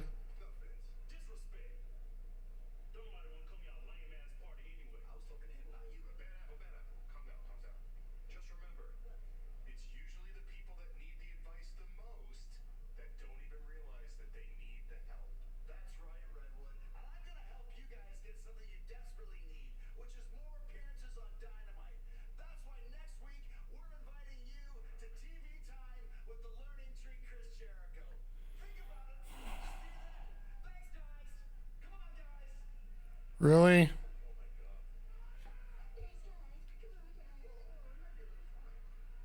What the hell is that? God, I love how I put this button here now. What the hell is that? I think we're going to be using that quite a bit here as we go along. Now we get Private Party on the TV time with Chris Jericho. All right, well, at least, you know, maybe we'll get a feud out of it or something going on here. But once again, everybody, thank you for being in here tonight. I do truly appreciate having you around. And as tradition here, we are going to be heading to our main event here in just a moment. So I'll give you guys a quick rundown of what's going to be going on this week on the channel here. Looks like I've been settling in a little bit to the old Wednesday to Sunday schedule here. So tomorrow we'll be on, I'm guessing around 10 o'clock. I want to check out one of the presentations that's coming out early.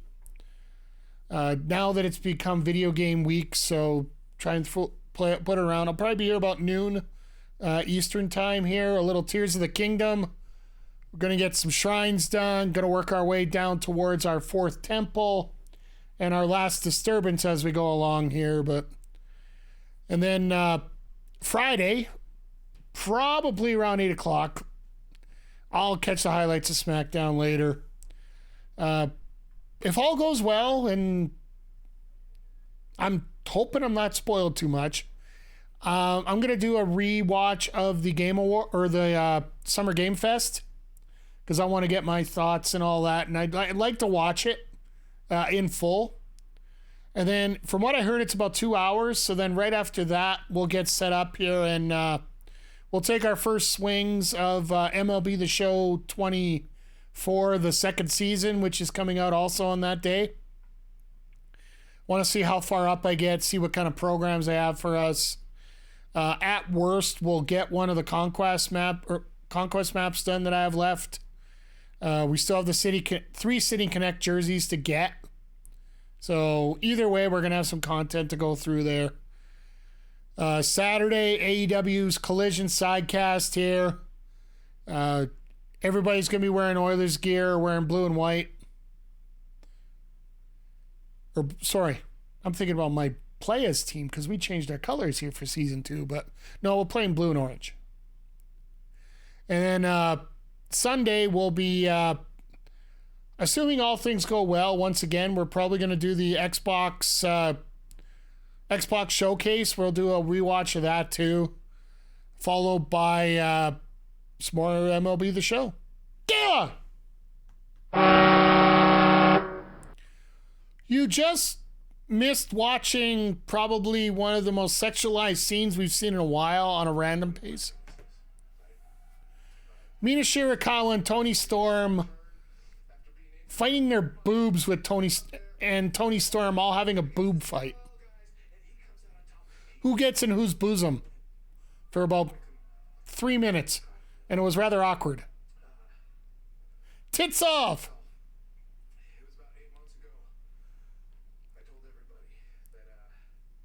Seems on brand, yeah.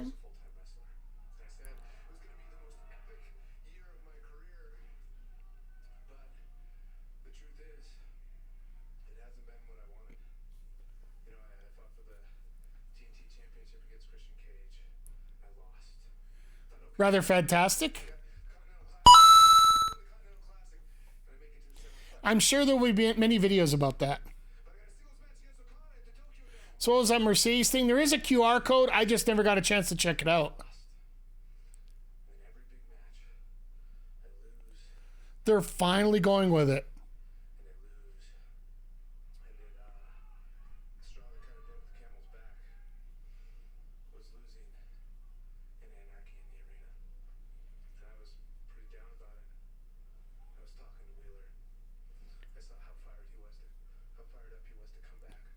Yeah, they are going title for title on that. Let's see what Danielson's got here.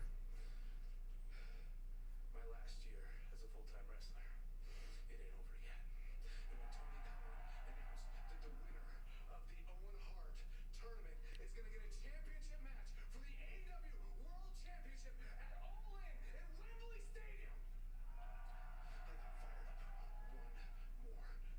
Wait a second. This might be my last shot, but it's going to be the best shot I've had in my entire career.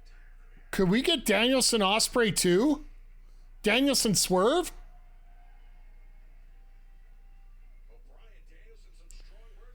We were out here watching the Jays game, so I missed everything. Huh.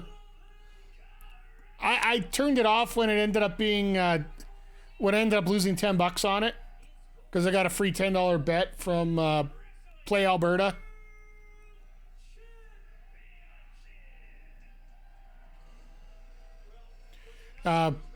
I see that they came back to take the lead again. Oh, they actually won it.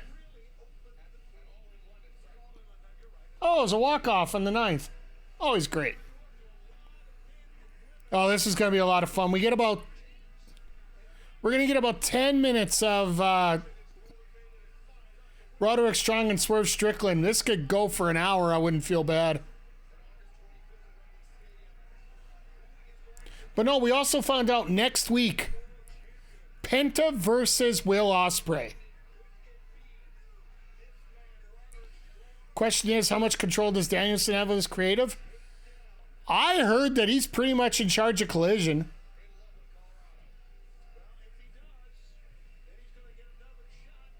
And I think if Danielson was truly in charge of his booking... Sorry, Fenix Ospreay. My bad. Fenix, next international champion. My bad.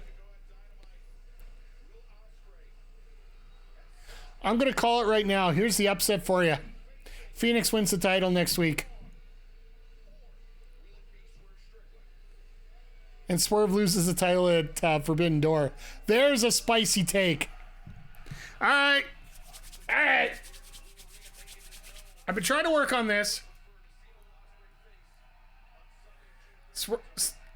He better... Oh, he dropped the coffee. What? Swerve when I drive, and I swerve when I drive, and I got a title match, because I gotta get the watch, and I'm not gonna be wrong, because I'm gonna beat Roderick Strong. Oh my God, that sounded better in my head than it did in my body.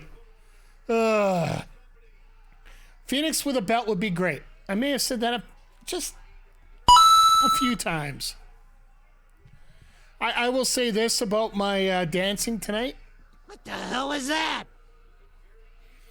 That button is going to get used so much. I could tell in MLB that's going to be one I get to use quite a bit as well.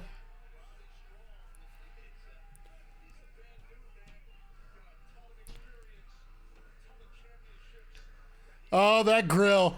That AEW Championship grill. Mike Jericho dancing. I will give you that.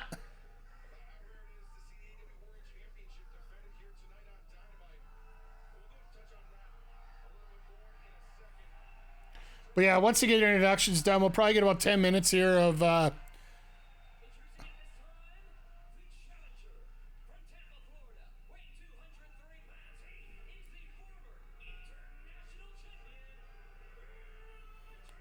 is a strong stash. That is an absolute strong stash.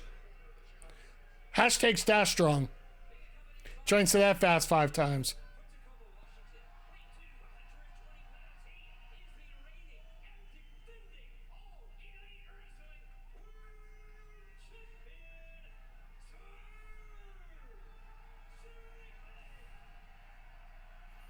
Now, does he wear those grills for the match? I'm guessing not.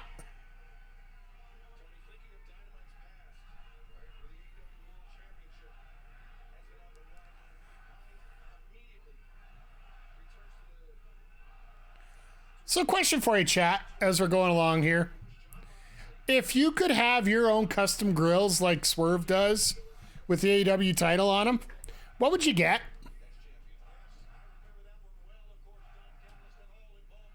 I really don't know what I would get from in terms of what I would do. Maybe a referee whistle. Unfortunately, any kind of referee whistle that you make together looks like some other part of a human body that most people describe referees as.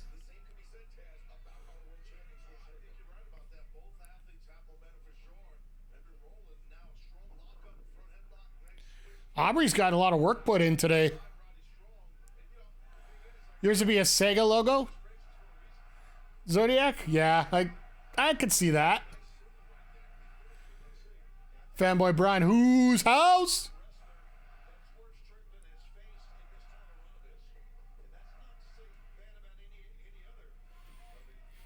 I will say I do like that the crowd is into this. I like MJF's first comment tonight. That the fact he was in Colorado, so his eyes are a little droopy.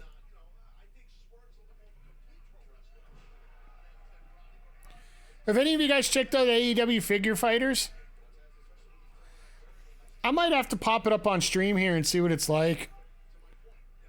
Found a few emulators here for handheld games, so or for mobile games, so I might be able to do that here.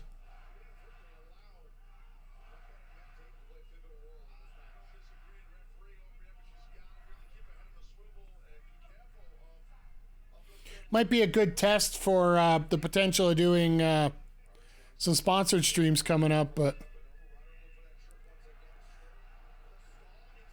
very nice, very nice.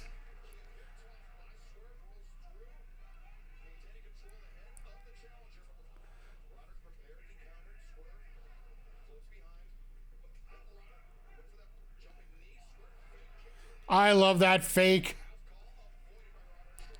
That little fake move where you fake high, go low, go fake low, go high. That's an Arn Anderson special. He was the one who originated that. Because he would fake the clothesline, somebody would duck, and then all of a sudden, next thing you know, there's a DDT involved.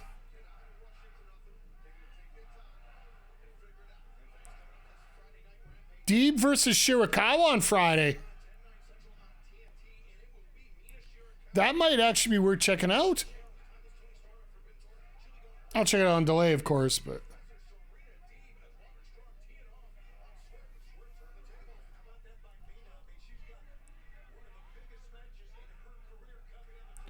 Like, Deeb is perfect for that spot there.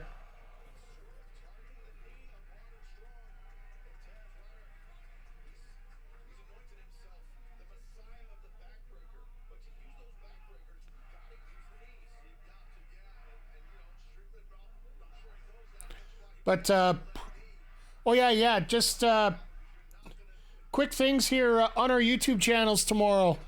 Always want to make sure you guys get a chance to check things out.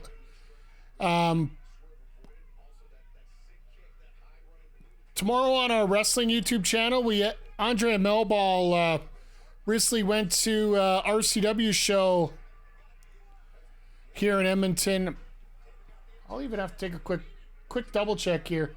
I know tomorrow on our gaming channel we have a run with Guilty Gear Strive and one of the creators, Biken, one of the DLC characters. I had a full day with her, and that'll be available on our gaming channel. Which one do we have here?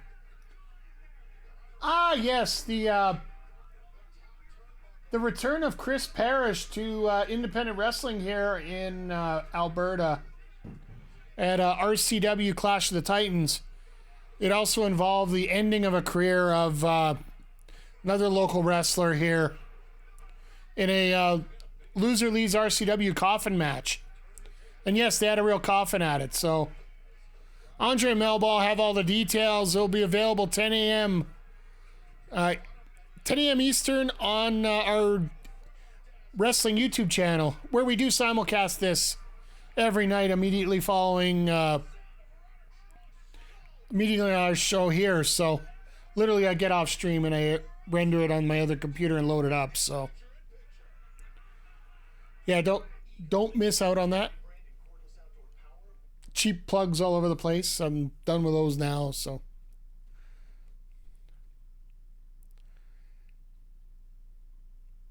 it is interesting here in the fact that Swerve is the one that's basically taking control of the match.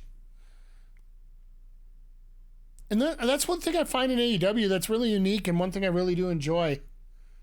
Sometimes the face can take advantage and be the one that's basically carrying the match in terms of the offense. Oh, and as soon as I say that, one mule kick from Strong fixes everything in a hurry.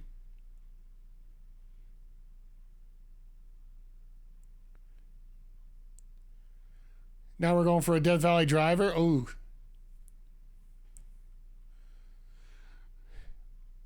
But yeah, I could see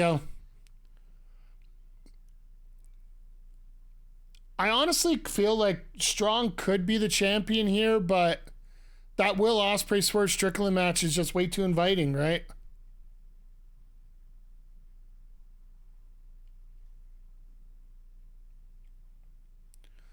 I just don't know. Like, we'll find out next week which way they're really gonna go with Will Ospreay and Swerve Strickland. I think next week, if Fenix ends up winning the international title, which if I'm going to put a mid-card title on a guy that's going to carry it for a while, if it's not going to be Ospreay, which it almost feels like, I know this is a common sentiment, that he was sort of batting down a little bit.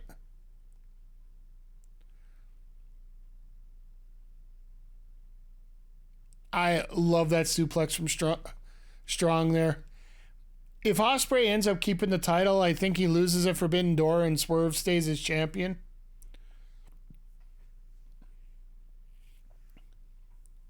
Swerve versus Bryan would be a hell of a match at Wembley if we can get it. I also feel that, and hear me out, Nigel McGuinness costs Danielson the Owen Hart Cup, and some heel ends up winning the cup this year.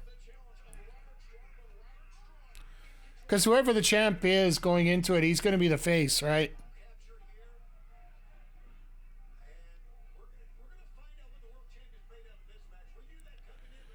Like, I would love to see that.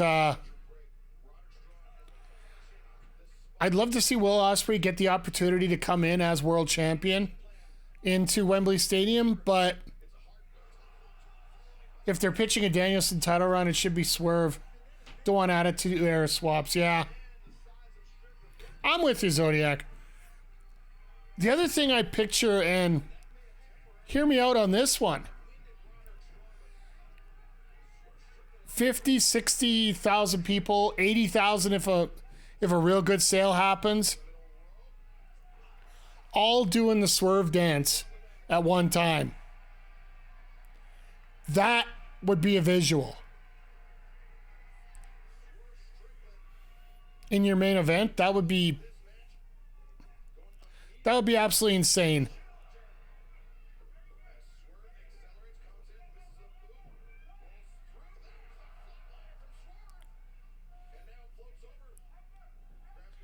Now we're getting back into vintage Swerve.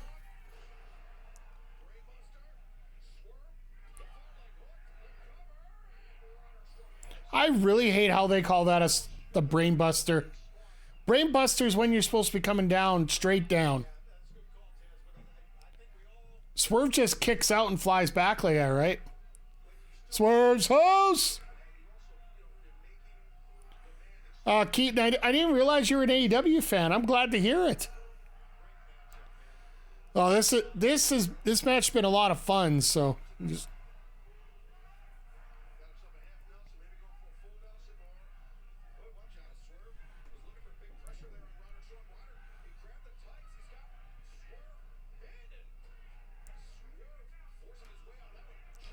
Chop to the knee of all things. Well, that was unique. Just whip him up for a power bomb and then just drop him. That's like a Mark Henry move.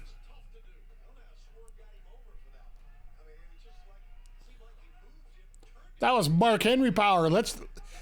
I want to see him come out and do a one-man cutter. Like one of those lift-up cutters. Sort of like the 3D, just to, remind Bully that he's watching. After everything we talked about earlier tonight with the lack of respect. Oh, we're over time already, so I guess we are getting a bit of an overrun here. I guess we can almost assume that we're going to get an overrun every week on Dynamite at this point.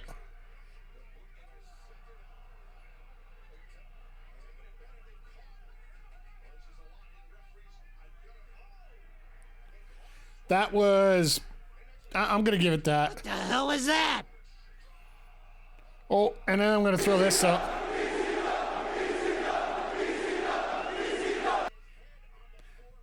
I know. It's a little weak for that, but I haven't thrown that one out in a while.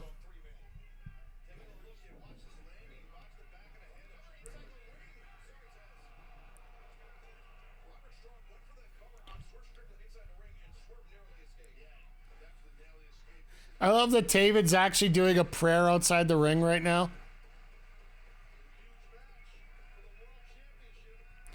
Bennett looks like he wants to get in the match.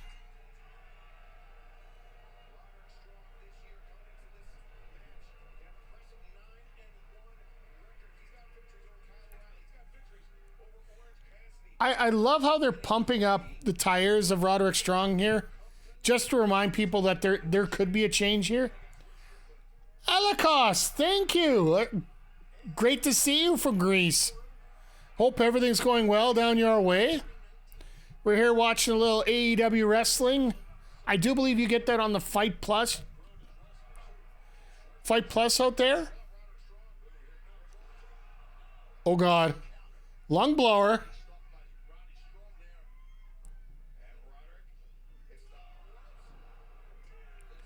And Roddy just going to town right now. Yeah, Swerve's always got top end gear everywhere. Was a fan of WWE many years ago. Hey, you know what? We all were. I don't think there's anybody here that wasn't a fan of WWE for a while. I'm not saying I'm not now. Just I like AEW. You can like both. I know it's a hard concept. It's a very hard concept for people these days. But yes, you can be a fan of WWE and AEW. Just like good wrestling. That's all I've ever said to people. And I think everybody can agree with that. You love all the wrestling. Yeah, like... Is there stuff that sucks in both companies? Absolutely. Is there stuff that's great in both companies? Absolutely. Like, hell, we're getting Roxanne Perez, Jordan Grace tomorrow. Sorry, 5 days from now on Sunday.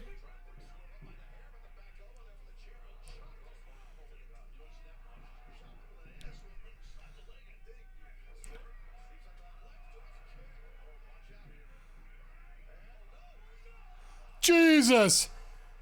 Double stomp. It also looks like we might be getting Tatum Paxley versus Jordan Grace at Against All Odds coming up. I believe it's on the 14th or the 15th. The next pay-per-view. Like, Jordan Grace has an open challenge for the title, so. Roderick gets out of it for a second time. There it is.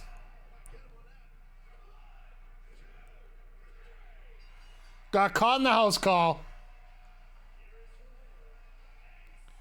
Damn.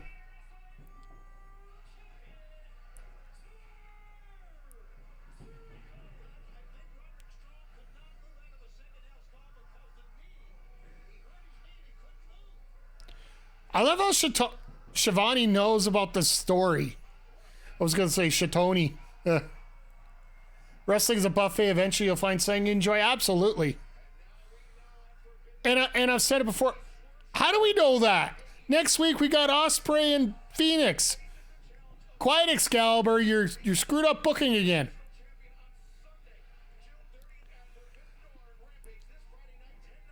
See, I like that metaphor. Exactly. It's a buffet. Problem is, you get too fat, it causes too many problems.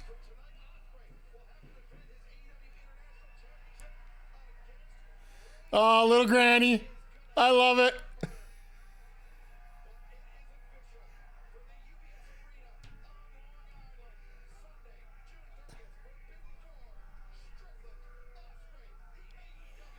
Oh, I love how we're closing out with the granny. I love it. I love it. I love it. Even though she has an MJF scar on. So how about a huge Forbidden Door watch party? Well,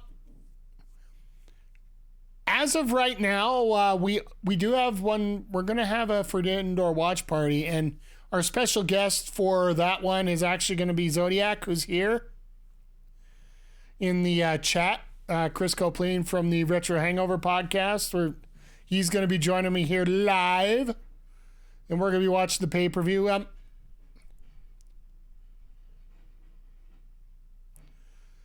But no, this is going to be fun, this pay-per-view. They haven't even announced half the matches. No, I'm honored to have you here. It's truly a privilege. I will get the ad stuff up. Sorry, I think the guy upstairs is trying to climb up the balcony here. I don't know. My door's locked. I'm fine. But yeah, this is going to be a fun pay-per-view coming up. We're only, 25 days away? And we got a ton of shows coming up. We got 7 big shows before we're there. So it's going to be a lot of fun checking things out here. And yeah, once we go through the whole card tonight, 25 days and 3 matches. Honestly, with this one, we just know we're going to get good wrestling here, and it's going to pile up in a hurry, the matches. Because you got the TBS Championship, New Japan Strong Championship. You got the heavyweight title. You got the ladder match booked. MJF's going to be there doing something stupid. I don't think we have Tony Storm and Mina Shirakawa booked. So we got 4 so far. But it looks like we're going to get a lot more out of this, and we still have to get the foreign content put together here about who from New Japan's coming over. So yeah, they got 4 or 5 roughly in there, but I think they're trying to, they're going to, just like last year, they sort of backstocked the announcement of all the matches, mainly because you can have everybody in town and keep them in town for a couple weeks. You can't keep them in here you don't want to bring them in today and then have to fly them back in again. And I got a feeling that there's going to be a lot of announcements, a lot of different people coming in. And here's the other reason why I like the fact that they aren't announcing anything. There are free agents available. Hear me out on this one. And this is where I'll throw this in the back of your mind. I don't think it's going to happen, but what if it did? The Ultimate Forbidden Door opens up, and right after this gentleman loses to Sami Zayn in Glasgow, we get Chad Gable to come in at Forbidden Door as a surprise. I almost guarantee, I'll say this is my first hot take for Forbidden Door. One of these expired contracts, one of these big free agents, one of these people that are presumed to be part of the WWE roster will make their debut at Forbidden Door. I don't know who, I don't know which one, but I think one, just one, that's going to set this place ablaze. Could it be somebody like a Chad Gable? I think they probably got a contract extension going with them, because technically his contract's up Friday. He might have signed an extension to work the Hydro, just to blow off the feud more than anything. You got, the big one, of course, would be Rebecca Quinn. I don't see that happening, but you never know. But also you have this latest bit of released talent. You could have Mason Mansour show up, Mustafa Ali showing up, even though he's in Impact. That would be, I would think that would be the ultimate Forbidden Door. If you had TNA competitors in WWE and AEW within weeks of each other, that would be the ultimate Forbidden Door. Don't even get me wrong here. You also, like I said, you got Natalya that's available. You got a bunch that are coming up, and you wonder, is WWE going to screw up and not get one of these? But either way, we're looking at this now, even with the people we have here, We have Fenix taking on Ospreay next week for the International Championship after winning tonight. You got the BCC showing us why CMLL is going to do a lot of damage on this card. You got Mina Shirakawa and Tony Storm fighting for the custody of Mariah May. I honestly feel that Mariah May is turning into our Dom Mysterio right now. The only difference is everybody wants to see and hear her. You got the Acclaimed actually having a storyline that might make a tiny bit of sense. Tiny, but not much, but still. You got the potential of, we didn't even get into this, the potential of having a mixed tag coming up with Trent and Chris Statlander taking on Orange and Willow, because it seems like both of those pairs have formed a bit of an alliance as well. We had the upset of Mark Briscoe beating out Brian Cage to qualify for that ladder match for the TNT title here tonight. Yeah, and it's been a fun night. Even Jericho, who is going to end up bringing on Private Party onto their talk show next week. They couldn't bring in that champ and have him lose. It's the Ring of Honor champion who hasn't been around for a while, and it's for another championship. So I don't know if you want to have a multi-title thing going on here, but the only thing I'll say positive about the Jericho segments tonight is we got to actually use our new sound for tonight. What the hell is that? At least that match. The ladder match is always wild, yeah. Briscoe's going to drive it absolutely nuts, and we look at Swerve tonight. He was actually featured at the top of the second hour,